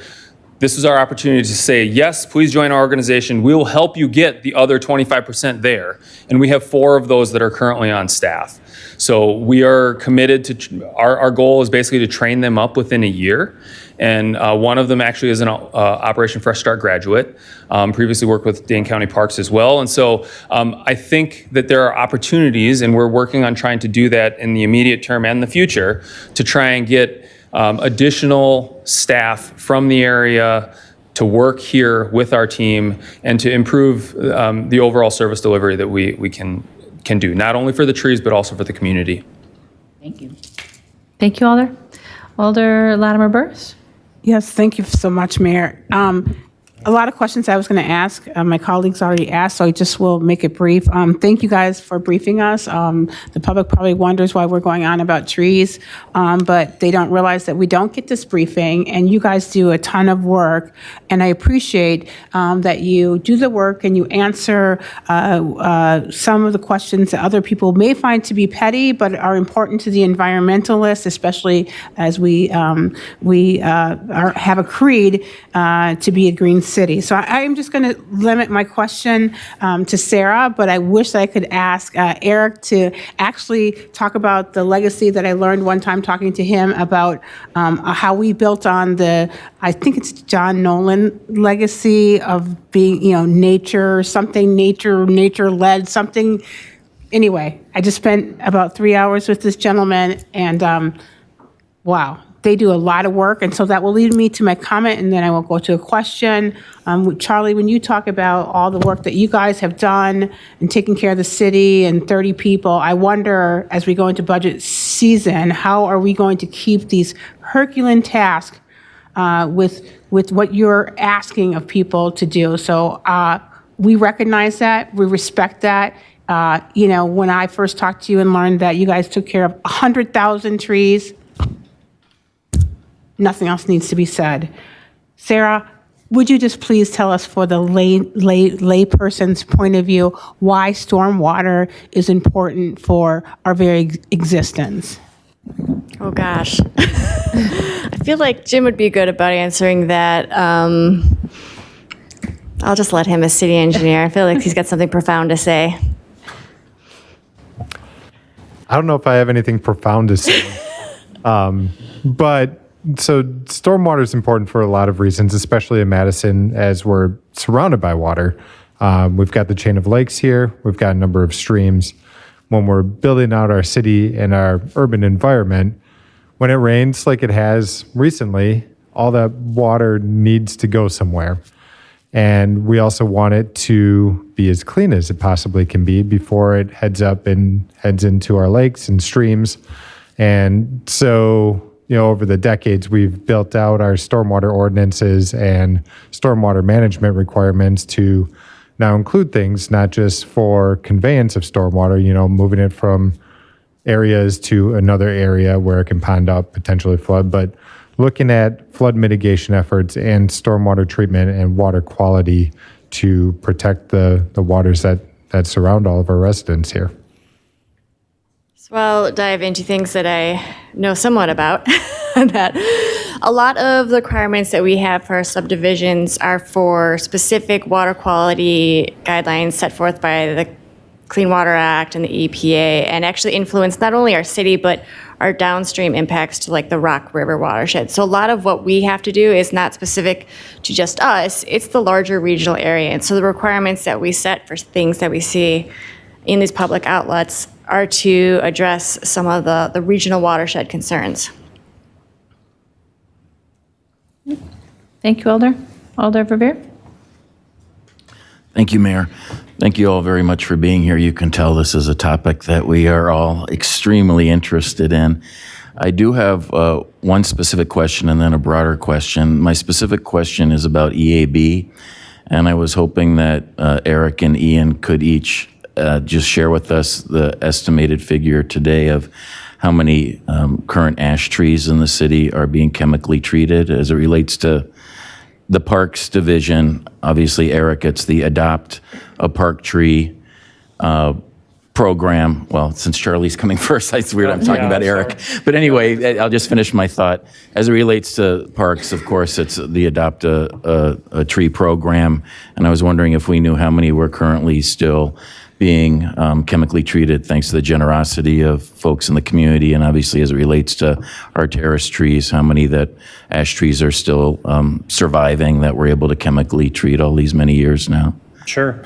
So when we first started our EAB chemical treatments, we were treating every other year, and we had just about 12,000 that we treated, so about 6,000 a year. We're now down to right around 10,000 that we treat on a 3-year cycle. That's consistent with the chemical that we use in the manufacturer's recommendation. So we're treating just over 3,000 a year. So obviously the trees, it's not, the treatment doesn't armor them against everything. We still have storms, vehicle strikes, other things get the trees, but we're still around 10,000. So it's still a big lift every year. That's great. Yeah, thank you. I think I'll mention with that as well. So by going to 3 years, that allows us to do less damage to the tree because we're drilling once every 3 years, so it has 3 years of recovery versus every other year. There is recent research out of the Morton Arboretum that actually indicated that with appropriate application, you are not doing or introducing additional damage or decay to those trees. So what that means for us, who has a long-term and ongoing treatment program, is that remains a viable tool. There isn't a closing window of like you can only treat them 5 times and then they're done. And like Charlie indicated too, like the trees that we're losing are not because of ineffectiveness of the treatment. It's auto impact, storm damage, or other stuff that happens that ends up taking the tree out. As far as the parks trees go, there was a adopt a tree program, and that was through the goodness and the contributions of the residents adopting those trees and paying for those treatments. This last summer, forestry actually brought that treatment program under our umbrella. We have trained staff. We are able to leverage our purchase and our buy to get economies of scale in what we're doing. And so we actually had worked with parks and got that adopt a tree list, and all of those trees were treated by the forestry team last year. So they will be treated once every 3 years. It's about 300 trees now, but those are all being effectively treated under our citywide management program, and we're just going onto parks property to do it once every 3 years. By your own forces? Correct. Yep. So does the Madison Parks Foundation still receive the funds to cover that expense, or are we using city resources to do that work now? At this point, the resources have come from our good friends in forestry, part of the collected by Urban Forestry Special Charge funding. And we have started to communicate to volunteers that volunteers and donors, they could reprioritize those to other things and we're hoping to roll out a little bit more on the whole, give money to plant trees. That's a really hard thing in parks, just so you know, because what Charlie said earlier about trees, is if you try to take donations for tree planting, you should be ready to talk about species and site location in a level of detail that you are not prepared for. But that's kind of the goal, is to try to take those communities and neighbors who have been dedicating resources to the canopy and move it in a more systematic canopy growth way is the plan right now. That said, we've told Ian that we have some resources if there's any shortage. The reality is it's not that expensive for them to do it, given the scale. And it was a staff time issue initially. Back in the original days when it was 6,000 trees a year, when forestry was still with us in parks, that was an irrational thing to even talk about. Now Ian's treating 33,000 on the street roughly a year, 3,300, and 300 more in parks. Charlie, maybe he's going to tell me he's going to send me a bill, so that's fine. I was just going to say, so the funding for that comes from the fact that we're not treating as many trees on the street anymore. We're treating them every third year. And over the course of the decade, the cost of the chemicals come down just enough. So that's where we treated the oaks on parks, right? Same chemical, same purchase. That's what we're doing with some of that funding and the time that was set aside to treat trees, is we are expanding from just doing ash trees on the terrace to a couple of these other things, ash trees, a few of those in the parks, as well as the oaks. So that's kind of in that same budget envelope. So it's not, it's a matter of a few $1,000s to protect these trees. And when we made the decision last year, we felt like, in the case of the volunteers, the residents had carried that burden for 7, 8, 9 years at that point. We had the funds. We took it on from that point to make sure we could continue to honor their sacrifice from those 7, 8, 9 years of getting them treated. So that's where that comes from. That's great. Were those, do you recall, Charlie, were those community organizations or individuals notified then Yes. last year? Yes. In writing? We let them know. Okay. I don't know if it was phone calls, emails, but it was.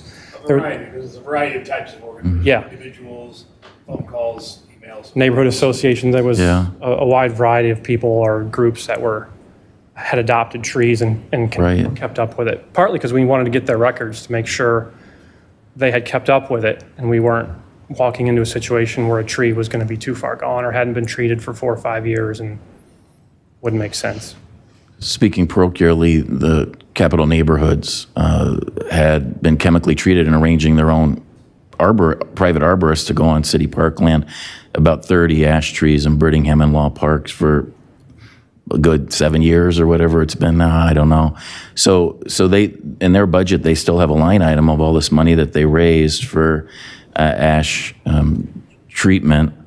So you're saying that you're pretty sure that they should have been notified, and that money that's in our budget That would have been to continue contributions every few years can be repurposed in terms of the neighborhood association. Yes, and if it hadn't been, it would have been an oversight on our part, but our intention was to take that all in. So we'll double check for sure.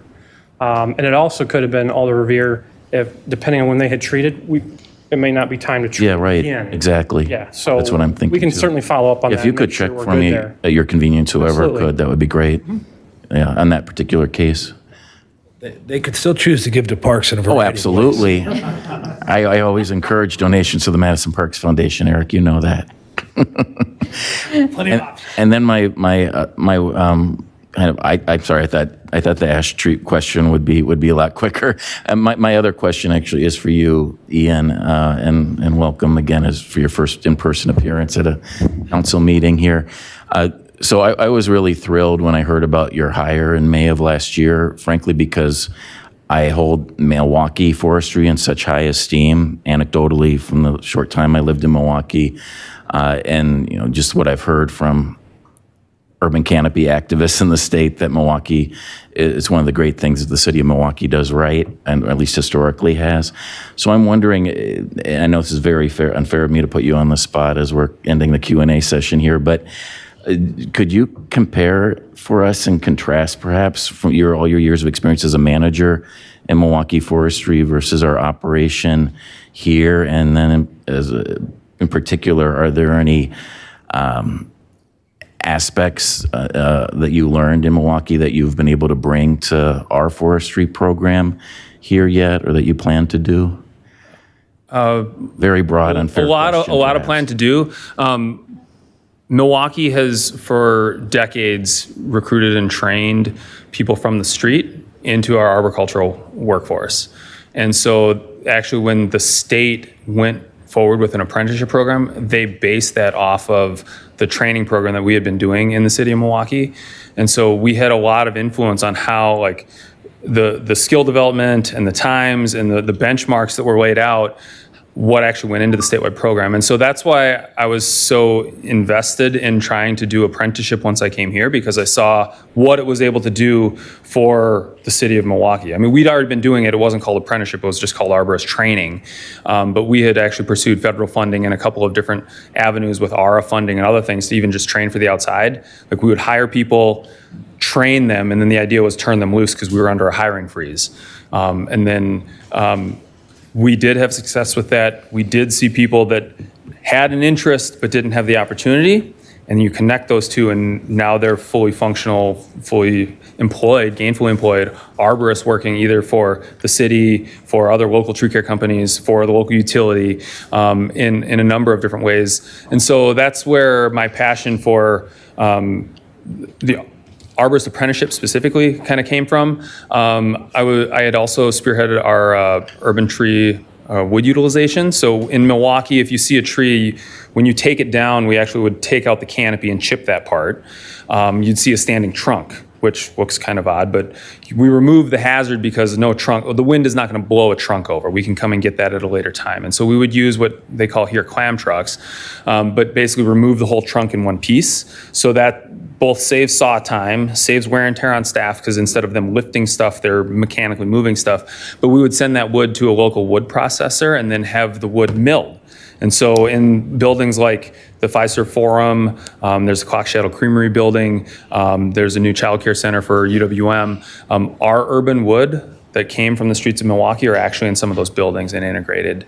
So opportunities to not only store and sequester carbon for the long term, but there's opportunities for growth within programs. And so the interest and embrace of trees within this community, the Urban Forestry Special Charge certainly of having stable funding was something that really enticed me about kind of making the leap to come here. And then taking the experience and the relationships that I have in Milwaukee and finding ways, what can we do here in a community that's half the size of Milwaukee to put the Madison spin on it. I'm not looking to make this Milwaukee West, but what things can we do here that I have some experience with in Milwaukee to really help the long-term opportunities for not only the canopy here, but the residents that are here as well. Sounds good. I appreciate that. And I don't want to take up more time, but I will just want to say in closing, if you haven't figured it out, you have a growing fan club among downtown tree activists. And you were one of the first choices to come in as a speaker for the Downtown Neighborhood Association that I mentioned a few moments ago. So I hope that can happen sooner rather than later. Be happy to. Thanks again, everybody, for all that you do. Thank you, Mayor. Thank you, Alder. Alder Knox. Thank you. I really enjoyed the presentation, and this is a fascinating conversation. I didn't know we could talk for hours about trees, but apparently we can. But and I even like the comment about the fruit trees, being somebody that moved to the south side, loved having all these mature trees. I think I had 2 pear trees, 2 apple trees, couple of plum trees, and now I just have 1 apple tree left. So much for cultivating the trees. But my question really has to do with, when we talk about trees and the ecological perspective of wanting to interact with our environment and trees, I just kind of wonder, when I heard you talking about, someone mentioned a 40% canopy standard, and we're at about 25%. And I just wondered if forestry has a connection with what is a sustainable standard. And the reason I asked that question, because I recently had an opportunity to try to explore getting some solar on my house, and they told me the tree canopy was too thick to sustain that. So in the process of trying to move with some of the mayor's ideas of, being more energy efficient, the trees obviously aren't allowing me to do that. So my question is there a concern about what a sustainable standard is? And, or even logically, I'm pretty sure there are cases where we don't replant trees, for a reason. Can someone kind of shed a little light on those 2 perspectives? Let me just say, Alder, that that tree is going to save you energy on your air conditioning. I got that. Thank you. Getting some benefit from it, yeah. I'll just say real fast, 40% is a aspirational goal, and it's not something the city can do on its own, unless we turn every park, close it, and turn it into an arboretum. There's really no way the city can get, which I'm not advocating for, Eric. I'm not trying to put you out of business.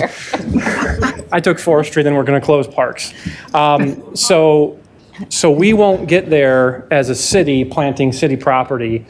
We can certainly move the needle from 23% and move it upwards, but the way we get to 40% is focusing on lands that the city does not own. So that's going to be partnering with other landowners in the city. So that can be schools, that can be sewerage district, that can be really anyone who owns land in the city that has plantable sites, and finding ways to encourage them to plant trees if they don't have other use for the property. As far as solar installations, that's been a little bit of a back and forth in my 13 years here. And essentially what we've settled on is if the tree is there first, then the tree will take preeminence over a solar installation. If you have a solar installation, we will honor that with a tree. So we might plant a small tree, or we may not plant a tree that would shadow that at all. So we basically try whatever is there is first, kind of takes preeminence. So we will not plant a tree that will crowd out your solar, but we're not going to cut down trees or heavily prune trees to allow for a solar installation. And that's kind of how the best balance we've been able to strike. Okay, thank you. Thank you. I was going to mention, since you did mention kind of like the ecological picture of everything, that is something that's always kind of, we're grasping with also in areas that are maybe part of a conservation park, which are trying to restore remnant communities. Those might not have a lot of tree canopy cover, because historically, if you look at Finley's mapping of vegetation in Wisconsin, our area was primarily prairies and marsh. So we're always looking at how to balance those objectives. We recognize we're not in a pristine, original environment and ecosystem anymore. So, but when we're looking at the larger ecological picture, we kind of have to look at what sites it's appropriate to have trees, and look at other pollinator species and biodiversity, and where we want to have prairie, and the whole grand scheme of trees in our larger urban landscape and the ecology behind it. Thank you. Yeah, One go real ahead. quick comment. So there are utility conflicts below grade as well that we do have to check for. So I mean, those can be things like electrical. It can be sewer and water, gas. And so those are some of the partnerships that I talk about of like working with engineering and others of if we have a new plat, can we put that sanitary sewer and the water line instead of through the middle of the terrace, can we put that someplace else?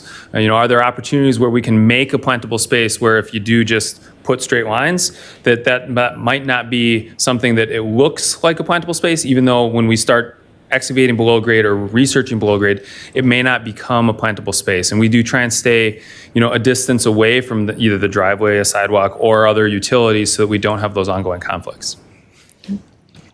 Thank you. Alder Miadze. Thank you, Mayor. Just one last question real quick. We were like the 19th place in the country to actually receive a grant from Nature Everywhere. I just wanted Eric to touch on that and what that means to the city and the parks. Certainly. So the Connecting Nature Everywhere, formerly Connecting Children to Nature, is a collaboration between the Children of Nature Network and the National League of Cities. We were originally part of the first cohort of that work back in 2015-16, 12 or 13 cities. We've been recognized again. This is a partnership with Public Health, and I mentioned earlier, a lot of other agencies that are involved. Public Health being a key driver, so I really want to call out Janelle and our team. But what that grant means, number one, is the National League of Cities and Children of Nature Network think we kind of have a pretty good plan of attack to try to work to connect those kids and intentional outreach in different ways. And I think one of the things that made that impactful in that regard is the fact that we're doing it from partnerships, right? Our focus is in partnership with other agencies, with the schools, but with other entities like the community centers and neighborhood centers, right? That's how we're going to try to meet where kids are at and connect them to nature. I think another part that I heard this last week at Nature Everywhere was we are, there's some, in the environmental, I'm very careful, I want to be diligent. In the conservation environmental movement, there's some who have a real strong feeling about what nature is, right? We take a pretty broad view when it comes to connecting kids and seniors to nature, or at least philosophically we do. Like I think getting kids outside, near pollinators, near trees is pretty darn good because we're fighting against the iPhone, right? And so it's kind of part of the grant thing. Grant award was how we're kind of working to build the program. There'll be a lot coming on that. We'll hopefully give you guys an update again in about 2 months with what's going next. But again, we parks are not doing a ton. We are really trying to integrate and collaborate. But thank you for the question. It's a great opportunity. It's a high honor. It was a very competitive grant selection in National League of Cities. I think really thinks we have it going on. A lot of kids, a lot of nature. All right, and one last question. So this is about understanding, for me as an alder, to understand property owners' rights. I know me and Ian, I guess this question is for Ian or that for Charlie to see what. So there was an easement in my district that the MG&E asked a property owner to see if they could do some work on their property. I'm just wondering, as a property owner, do they, if there's a tree that's in the way that they deem it's in the way, if they were to, the property owner does not want them to remove the tree. So my question is, can they pick it up and replant it, or if a property owner is given agreement to use that easement and the tree is in the way? So I'm just trying to understand the rights of a property owner. Does that tree, can it be put into another place, or? That might be an attorney question. I don't think we're qualified to answer that one. Sorry. Sorry. I don't want to speak to what we know nothing about. Oh, okay. Yeah, I think that's probably, honestly, it's probably a question that the property owner needs to ask an attorney. Oh, okay. Yeah, because if the city isn't party to the transaction, we can't comment on it. Well, MG&E, if they're, That's not us. okay. Understand. And that maybe bears saying, since we've heard a lot from the public post-storm. Madison Gas and Electric is a private utility. It is not controlled nor regulated by the city of Madison. And I think one of the things that you heard tonight is that our team did a, I think, bang-up job of cleaning up after the storm. And a lot of times we were waiting for MG&E to come through and clean up their line so that we could get in there and deal with the rest of the trees. So I have no other alders in the queue with questions. So can we give these folks another round of applause? Thank you all very much. Clearly a topic that folks are very interested in, and I appreciate everybody having such great questions and encourage you to follow up with the staff on specific things in your district or questions that you might get from constituents. We will clip this video and share it with the council if you want to share it out on your blogs. And obviously also the presentation will be available if you want to share the slides. So with that, we are at the hour of 8:30 on to honoring resolutions. Item 3 is Legistar 83656, recognizing June 2024 as Pride Month in the city of Madison. Alder Field, would you make the motion? Motion to adopt. Is there a second? Second. Moved and seconded to adopt. We read this at the Pride flag raising, so we will not read it tonight. But I want to thank everybody who did come to that event and who took part in the reading. It has been moved and seconded. Is there any objection to recording a unanimous vote in favor of item 3? Seeing no objection, recording unanimous vote in favor of item 3. Item 4 is Legistar 83697, commending the student journalists of the Daily Cardinal and the Badger Herald for exceptional journalism. On item 4, Alder Govindarajan, a motion, please. Motion to adopt. Is there a second? Second. Moved and seconded to adopt item 4. Unfortunately, the student journalists that were here to receive the proclamation wanted to avoid the weather and headed out, which is probably a wise choice on their part. So unless there's objection, we'll dispense with reading and trust that the alder will get them copies of the proclamation. And seeing no objection, then it's been moved and seconded. Is there any objection to recording unanimous vote in favor of item 4? Seeing no objection, we'll record a unanimous vote in favor of item 4. Are there any disclosures or recusals on tonight's agenda? Alder Field. Thank you, Mayor. On items 68 and 101, I'm a UW-Madison employee, but that relationship will not affect my vote on those items. Thank you, Alder. Alder Vitiver. Items 63 and 64, I am an employee of the Department of Health Services, but that will not affect my vote. Thank you, Alder. Alder Curry. Thank you, Chair. I need to recuse myself from agenda item number 66, legislative file 83458, due to being employed on an LTE basis by YWCA. Thank you. And overseeing the program that would benefit. Thank you, Alder. Alder Tischler?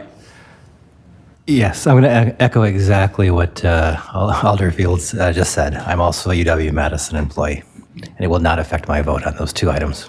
Thank you, Alder. Alder Harrington McKinney. Thank you, Madam Mayor. Item number, it's 83481. I'd like to recuse myself. And also there's a correction. It says Harrington McKinney District 1. It should read District 20. All right, Alder, I just want to make sure that the clerk has that. Can you say the registrar number again? 83481. And we'll note you as recusing and that the district should be 20. Or that there's a discrepancy there. We should check that. Thank you. Are there any other disclosures or recusals on tonight's agenda? Seeing none, we'll move on to the presentation of the consent agenda. President Figueroa Cole.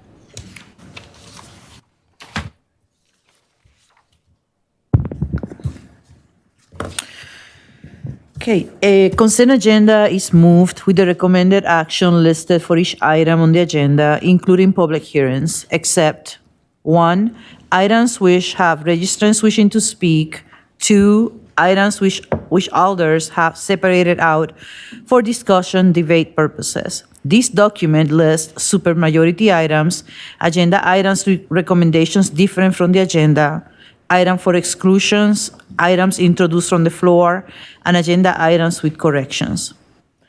Agenda items that are with supermajorities.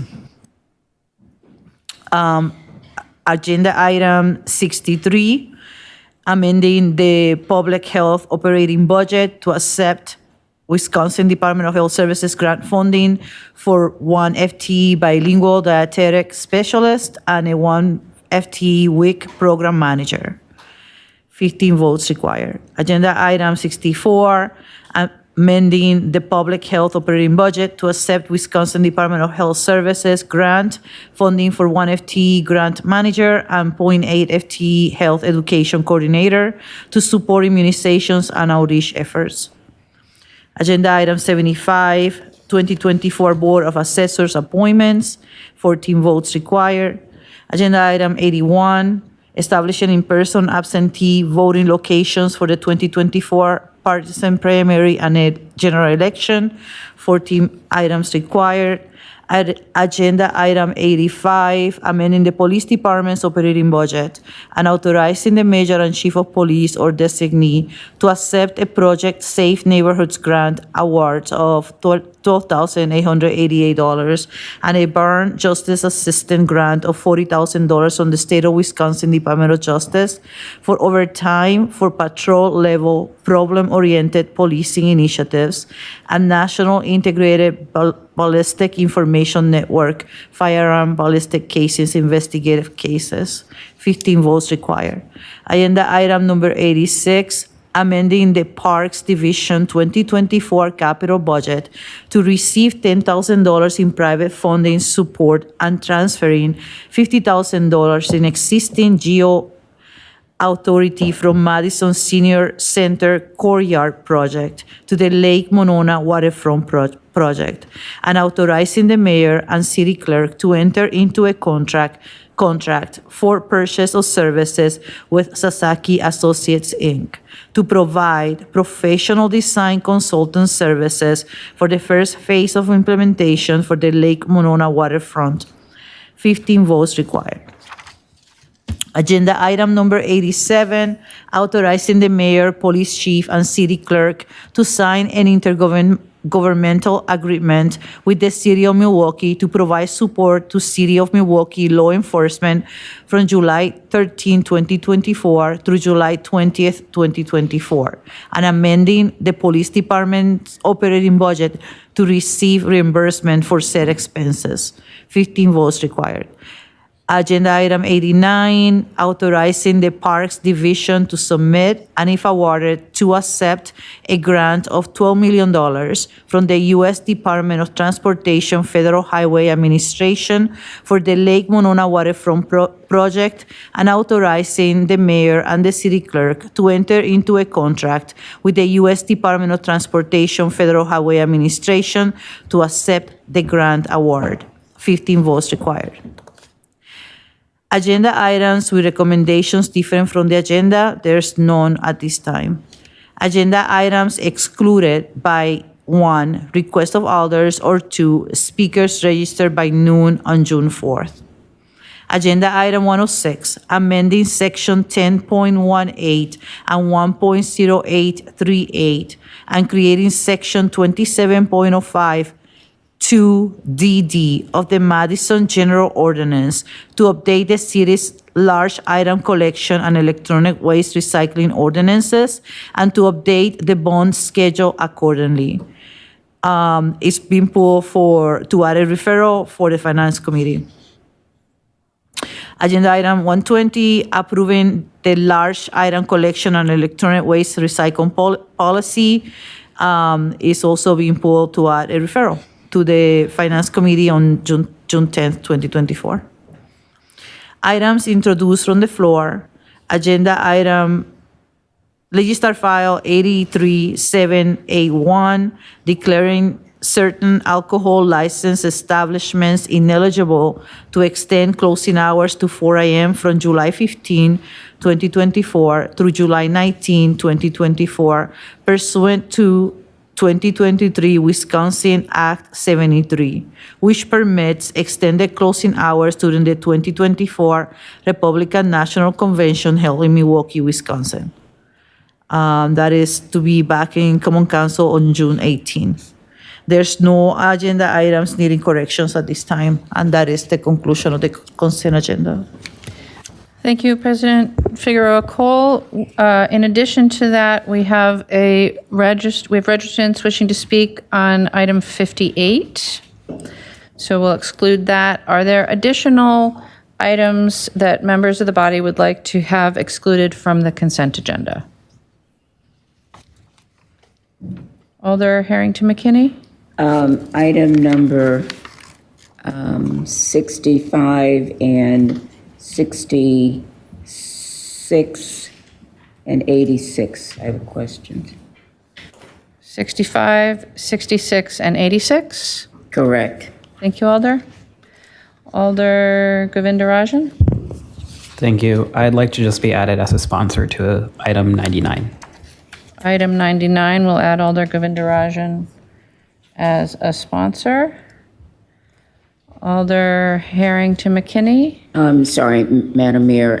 Add as a sponsor number 85, 83285, and also item number 100, 83422. Items 85 and 100. Alder Harrington McKinney will be added as a sponsor. Alder Knox? Alder Knox, you're muted.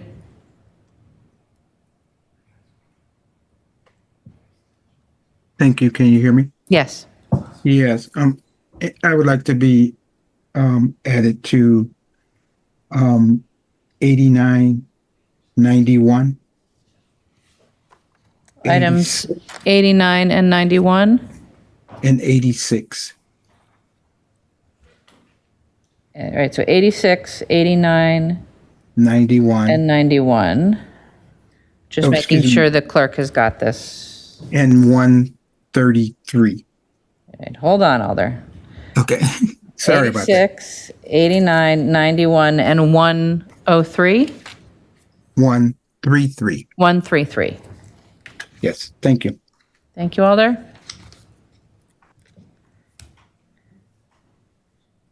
Are there any other items that alders wish to have separated from the consent agenda at this time? Seeing none, let's go through that again quickly. The following are supermajority items. Items 75 and 81 require 14 votes. Items 63, 64, 85, 87, and 89 require 15 votes. The following items will be excluded. Items 58, 65, 66, and 86. I would like to ask unanimous consent to add the referrals to Finance Committee of 610 on items 106 and 120 and leave those on the consent agenda. Alder Knox, is that on items 106 and 120? No. Hold on just a minute then.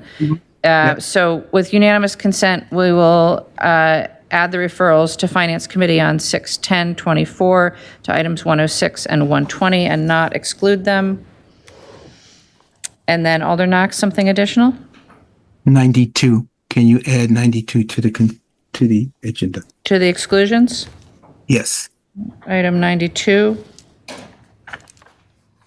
All right, so one more time then, the exclusions will be 58, 65, 66, 86, and 92. And we have one introduction from the floor. Is there anything additional on the consent agenda?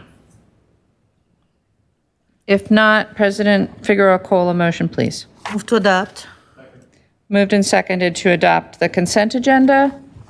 Is there any objection to recording unanimous vote in favor of the consent agenda? Seeing no objection, we'll record that unanimous vote on the consent agenda items. And we will move on to public comment. On public comment, we did have registrants on item 2, which I think we will not have registrants on presentations in the future, but since that was a possibility, we have one registrant on item 2 wishing to speak, Edward Hummel of District 9. Do we have Edward on the Zoom? It does not seem we have anyone in the room. There's no one in the meeting with that name. Thank you.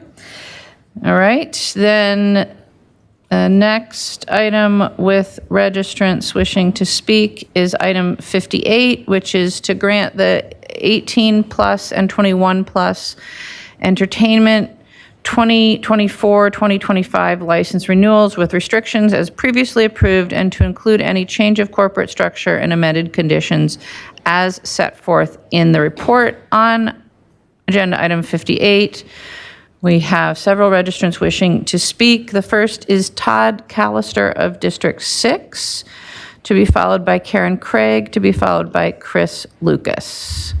Do we have Todd on the Zoom? There is no one in the meeting with that name.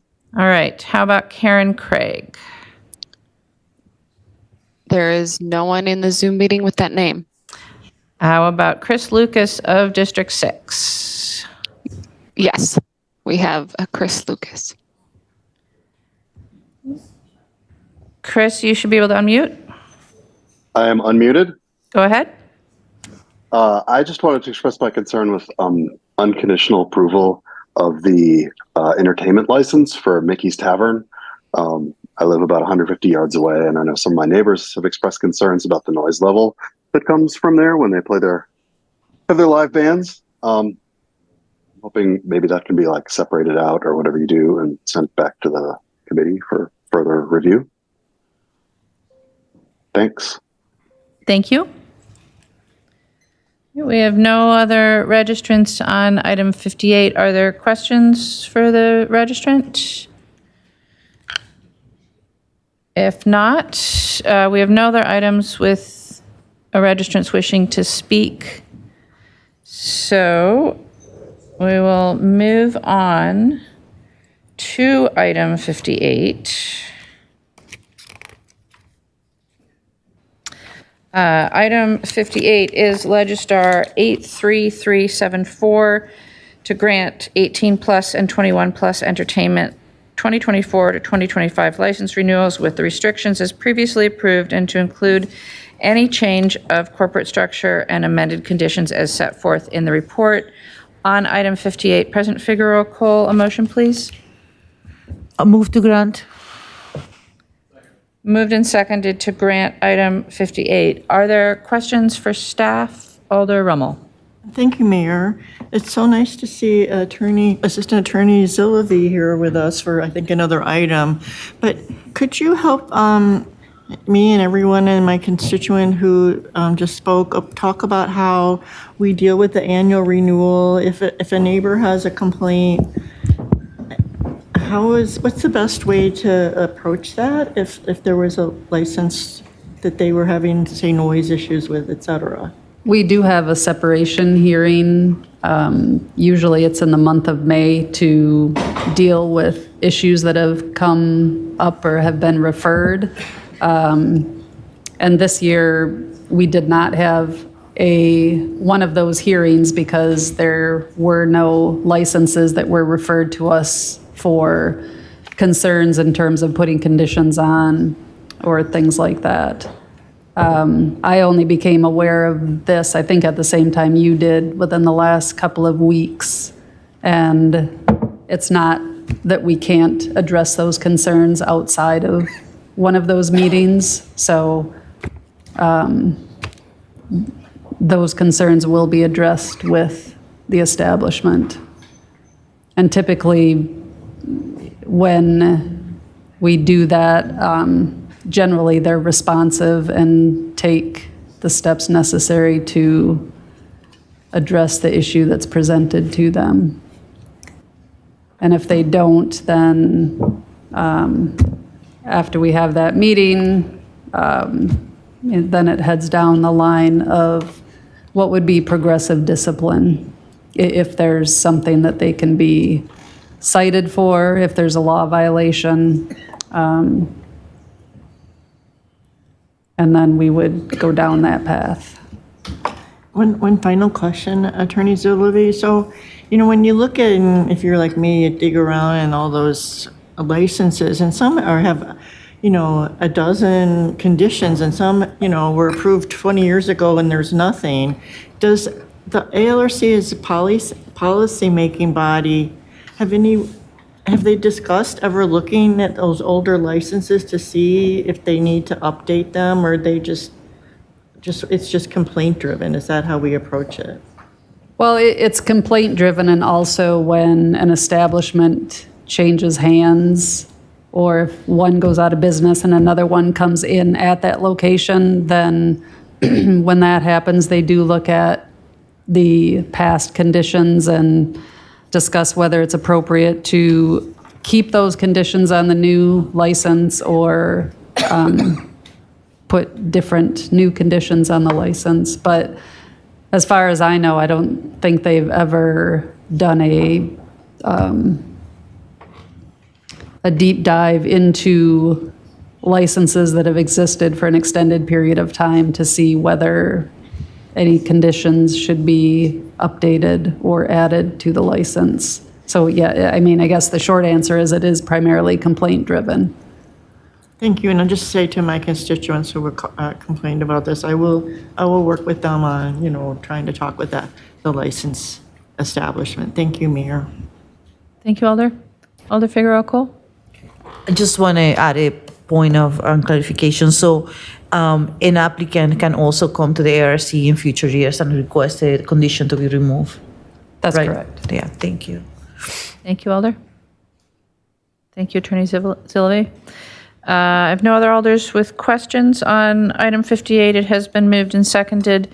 Is there discussion? Seeing no discussion, is there any objection to recording a unanimous vote in favor of item 58? Seeing no objection, we'll record that vote.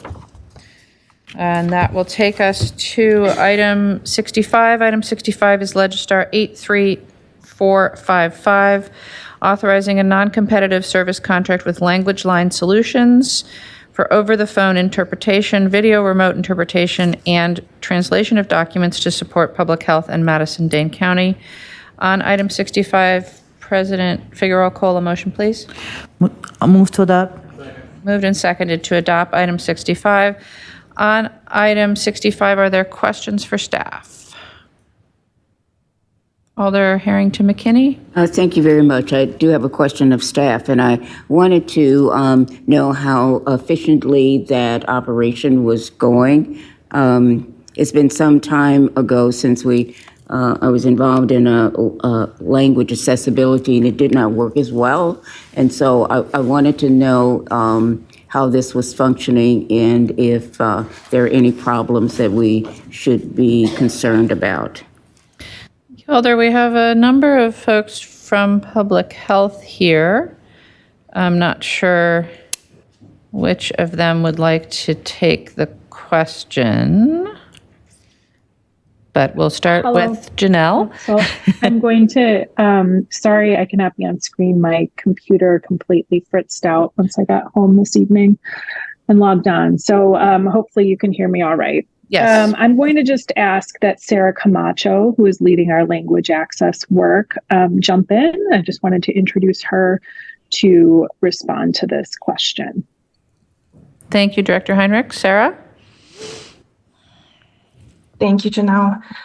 So We actually lately have been having a fair amount of success with Language Line, especially in getting interpreters quickly on the line for languages of lesser diffusion. Every once in a while, there are some edits that we need to make to the translations that they complete, but that is part of our workflow.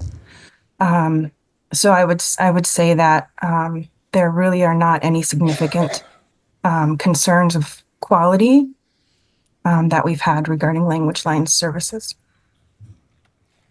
Thank you very much. I just needed that update. Thank you, Alder. And thank you, Sarah. Are there any other questions for staff on item 65? Seeing none, it's been moved and seconded. Is there discussion? Seeing no discussion, is there any objection to recording unanimous vote in favor of item 65? Seeing no objection, we'll record a unanimous vote. That will bring us to item 66, which is Legistar 83458, authorizing a non-competitive service contract with YWCA Madison Incorporated for tenant resource services to support tenant capacity building. On item 66, President Figueroa Cole, a motion, please. Move to adopt. Moved and seconded to adopt item 66. On item 66, questions for staff. Alder Harrington McKinney. Thank you, Madam Mayor. I specifically had a question because the Tenant Resource Center, two things. The Tenant Resource Center had been providing support to residents, and also there was a time that the apartment association was doing these trainings, and so are they no longer eligible to do it? Is that why that there's a non-competitive selection process, or was that open? Alder, I am looking for who might be able to answer that question. I think I could. I'm sorry if does my name appear? I'm from Public Health. I can respond to that. Yeah, go ahead. Yeah. So the selected agency was based on complementing the amendment that was adopted into the budget, which specifically says that the funding is meant to go to an agency that was funded through the 2023 VP or Violence Prevention Grant Program as an amendment to their 2024 contract. So adopting that language as it was written, we had to consider the applicants that have already been awarded under that grant program, which was YWCA Madison was the only grantee who was performing this type of work, and specifically tenant organizing as adopted into the budget. It perhaps would be helpful to take a step backwards, and this is not just the general citywide tenant support work that we have funded previously, right? This is a specific funding stream through Public Health, the Violence Prevention Unit. Is that correct? Yes. Alder, does that answer your question? I think I'm just more confused. If you can help, and Madam Mayor, you do a good job at kind of breaking this apart. I'm totally confused. Does it mean that, what does it mean? Because I'm confused.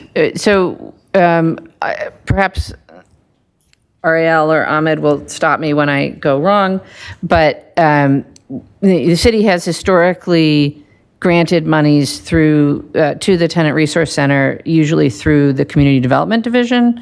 And certainly during the pandemic, we worked closely with them and still do on eviction prevention. That's a completely separate thing.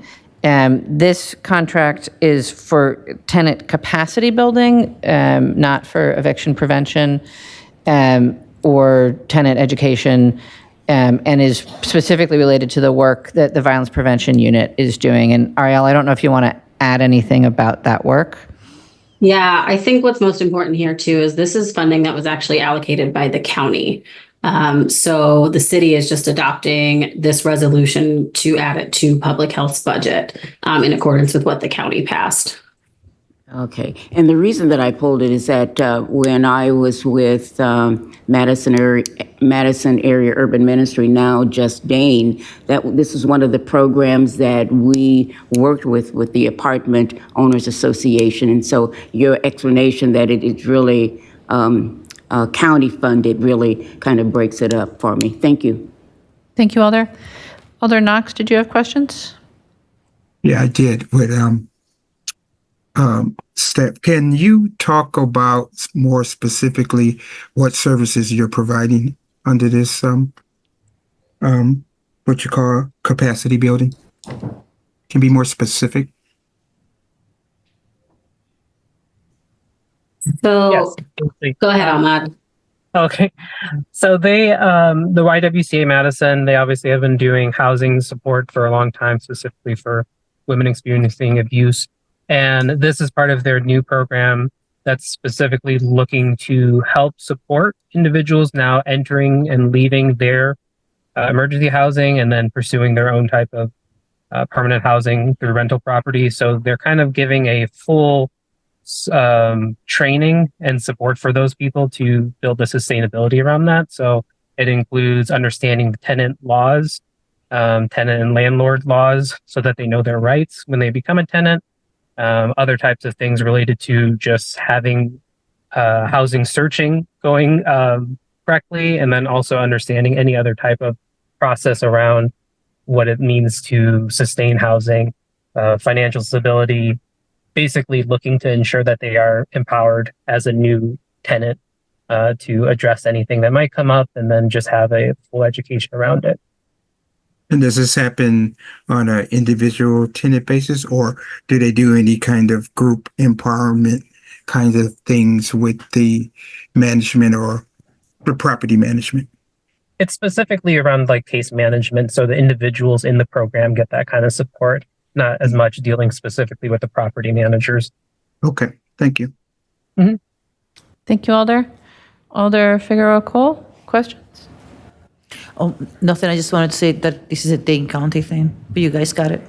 Thank you, Alder. Alder Harrington McKinney, additional questions? Oh, I'm sorry, I didn't hear the response. She was just going to point out the same thing that Ariel pointed out, which is that it's Dane County funding. Okay.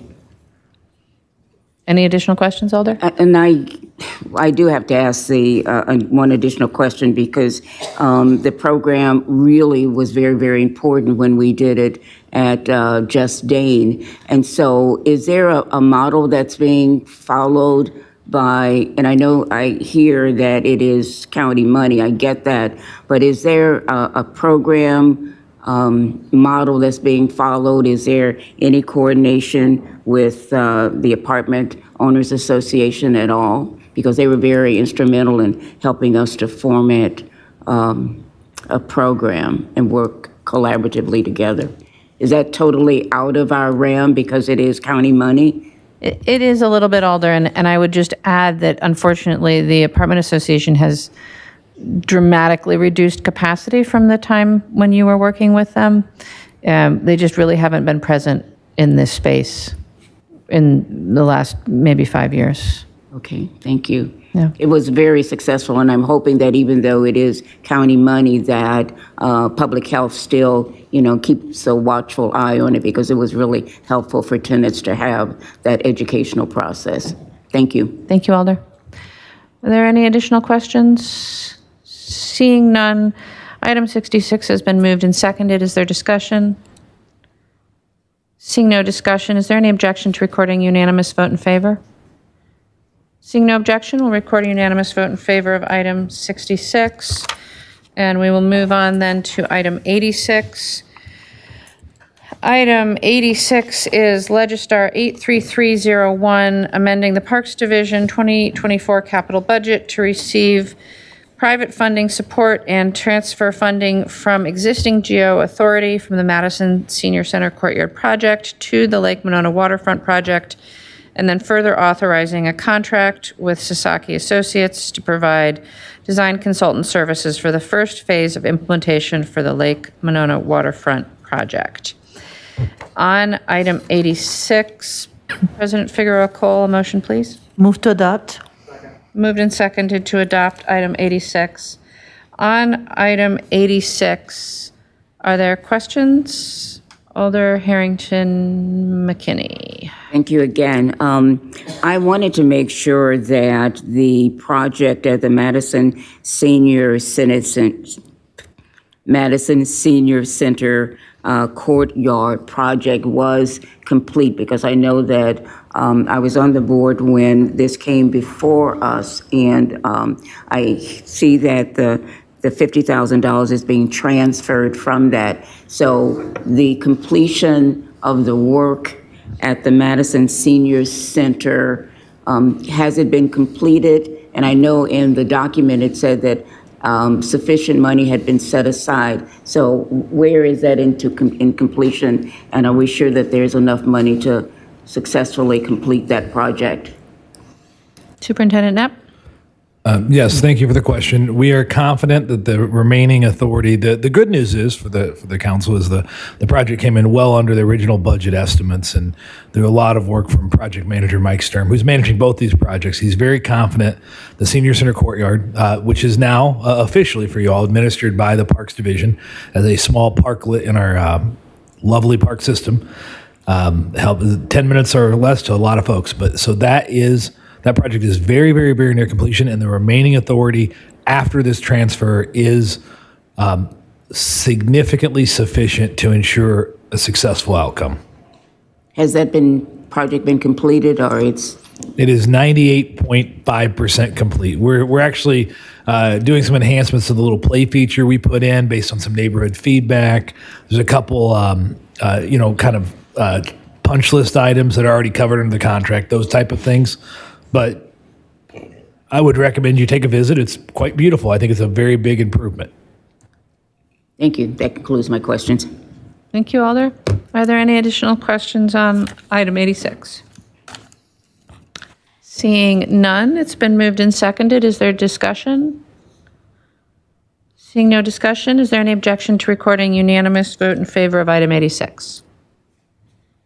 Seeing no objection, we'll record a unanimous vote in favor of item 86 and move on to item 92. Item 92 is Legistar 83091, amending sections of the Madison General Ordinances related to chronic nuisance premises to, 1, make it easier to declare a chronic nuisance when the nuisance activity involves firearms and/or serious bodily injury or death, shortening the period for declaring chronic nuisance premises based on nuisance activities not involving firearms or serious bodily injury or death. 2, adding a section to exempt certain victim-centered offenses such as domestic violence from eligible nuisance activities. 3, administrative and reorganization of some subsections for easier comprehension. I must say, Attorney Zilvey, you could write a shorter title. On item 92, President Figueroa, call a motion, please. To adopt. Moved and seconded to adopt item 92. On item 92, are there questions? Alder Knox. Yeah, I have questions, but my questions is for staff. Yep, that's Is where that we're at. appropriate? Okay, is someone from the police department here? Anyone possibly? We do not seem to have somebody from the police department, but we have multiple city attorneys. Okay, I'll take one. Who's available? I think Attorney Zilvey will take first position here, first chair. And I don't know if she can answer this, but there's a provision in this that talks about one of the conditions being, I believe, is having possession, sale, or use of synthetic marijuana. Is that correct? I'm trying to find that. That's correct. Okay, so I guess I kind of want to know from a charge classification perspective, the difference between possession, sales versus use, because I think those are 3 very distinct charges. Right. Well, first, I'll start by saying that synthetic marijuana is not legal.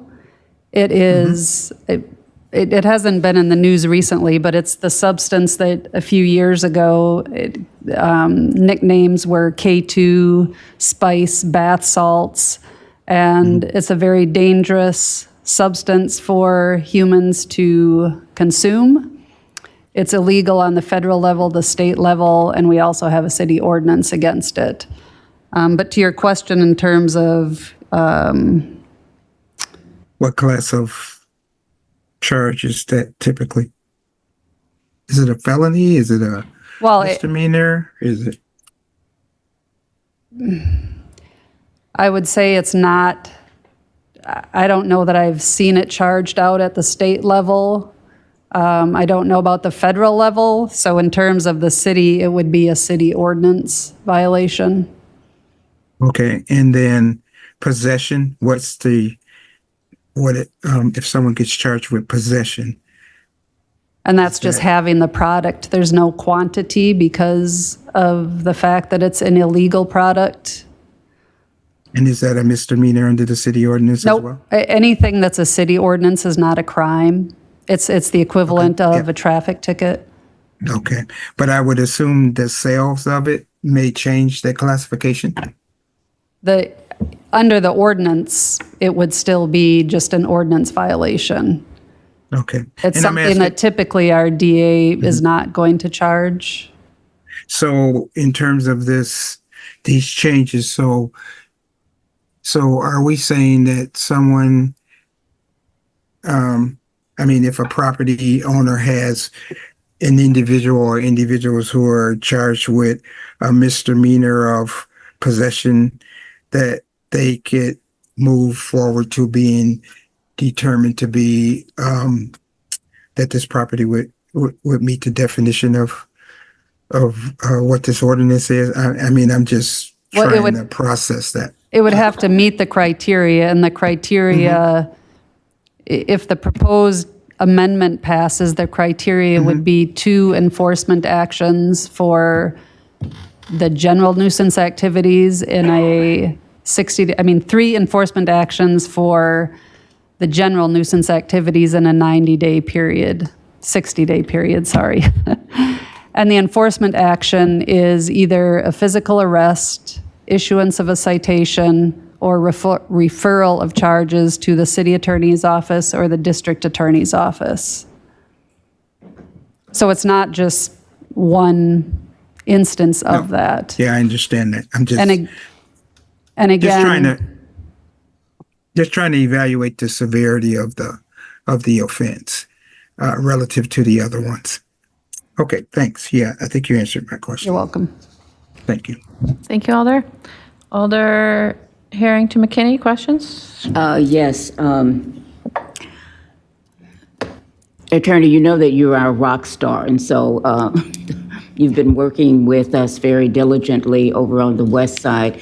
And so the author of this proposed resolution did talk with me. And my question really is that as you're looking at the amendment, are we at a point where we need to be updating our overall nuisance abatement? So there's a lot of things that are happening. I just want to make sure that you are looking at that in terms of specifically for this amendment, but overall, do we need to be updating the city's nuisance ordinance to fit what's happening, let's say on the west side? Well, these changes apply across the city, and they do. The ordinance was adopted in 2007, and at that time, it was more directed toward the general quality of life type nuisance issues that were happening, because that's predominantly what was going on. And over the years, the nuisance activity has unfortunately gotten more violent, and that is a big part of the change now, so that we can act quicker when there are crimes of serious bodily injury or involving firearms. I think you answered my question because it had not been updated since 2007, but your look at it has brought it into, thank you, you did answer my question. Thank you. You're welcome. Thank you, Alder. Alder Uguer? Yes. When we reviewed and then approved and recommended passage of this from the Housing Strategy Committee, at the time we did that, we noted a minor drafting error that's a bit confusing. And I thought we had it corrected, but the version that I picked up through Legistar here with the agenda still has the problem. If you would look at the amendment for Section 2, Sub A, Sub 1. It's right at the top of the first page. At the bottom of, in that paragraph, you'll see it ends with a colon that then goes to 3 items that have been crossed out. The version I have that I printed before I came down here does have that language eliminated. Oh, good. In Okay. response to what you Okay. asked at the committee. Thank you. Thank you, Alder. Are there any additional questions for staff on item 92? Seeing none, it's been moved and seconded. Is there any discussion on item 92? Seeing no discussion, is there any objection to recording unanimous vote in favor of item 92? Alder Knox? Yeah, I will vote no on this. Nay. Alder Latimer Burris? I also will be voting no. Thank you, Alder. So we'll have, seeing no additional alders, we'll have 2 no votes, which gives us 18 ayes, and that item will pass. And that brings us to the end of our agenda. Are there any additional introductions from the floor or announcements? If not, President Figueroa Cole, it's your turn.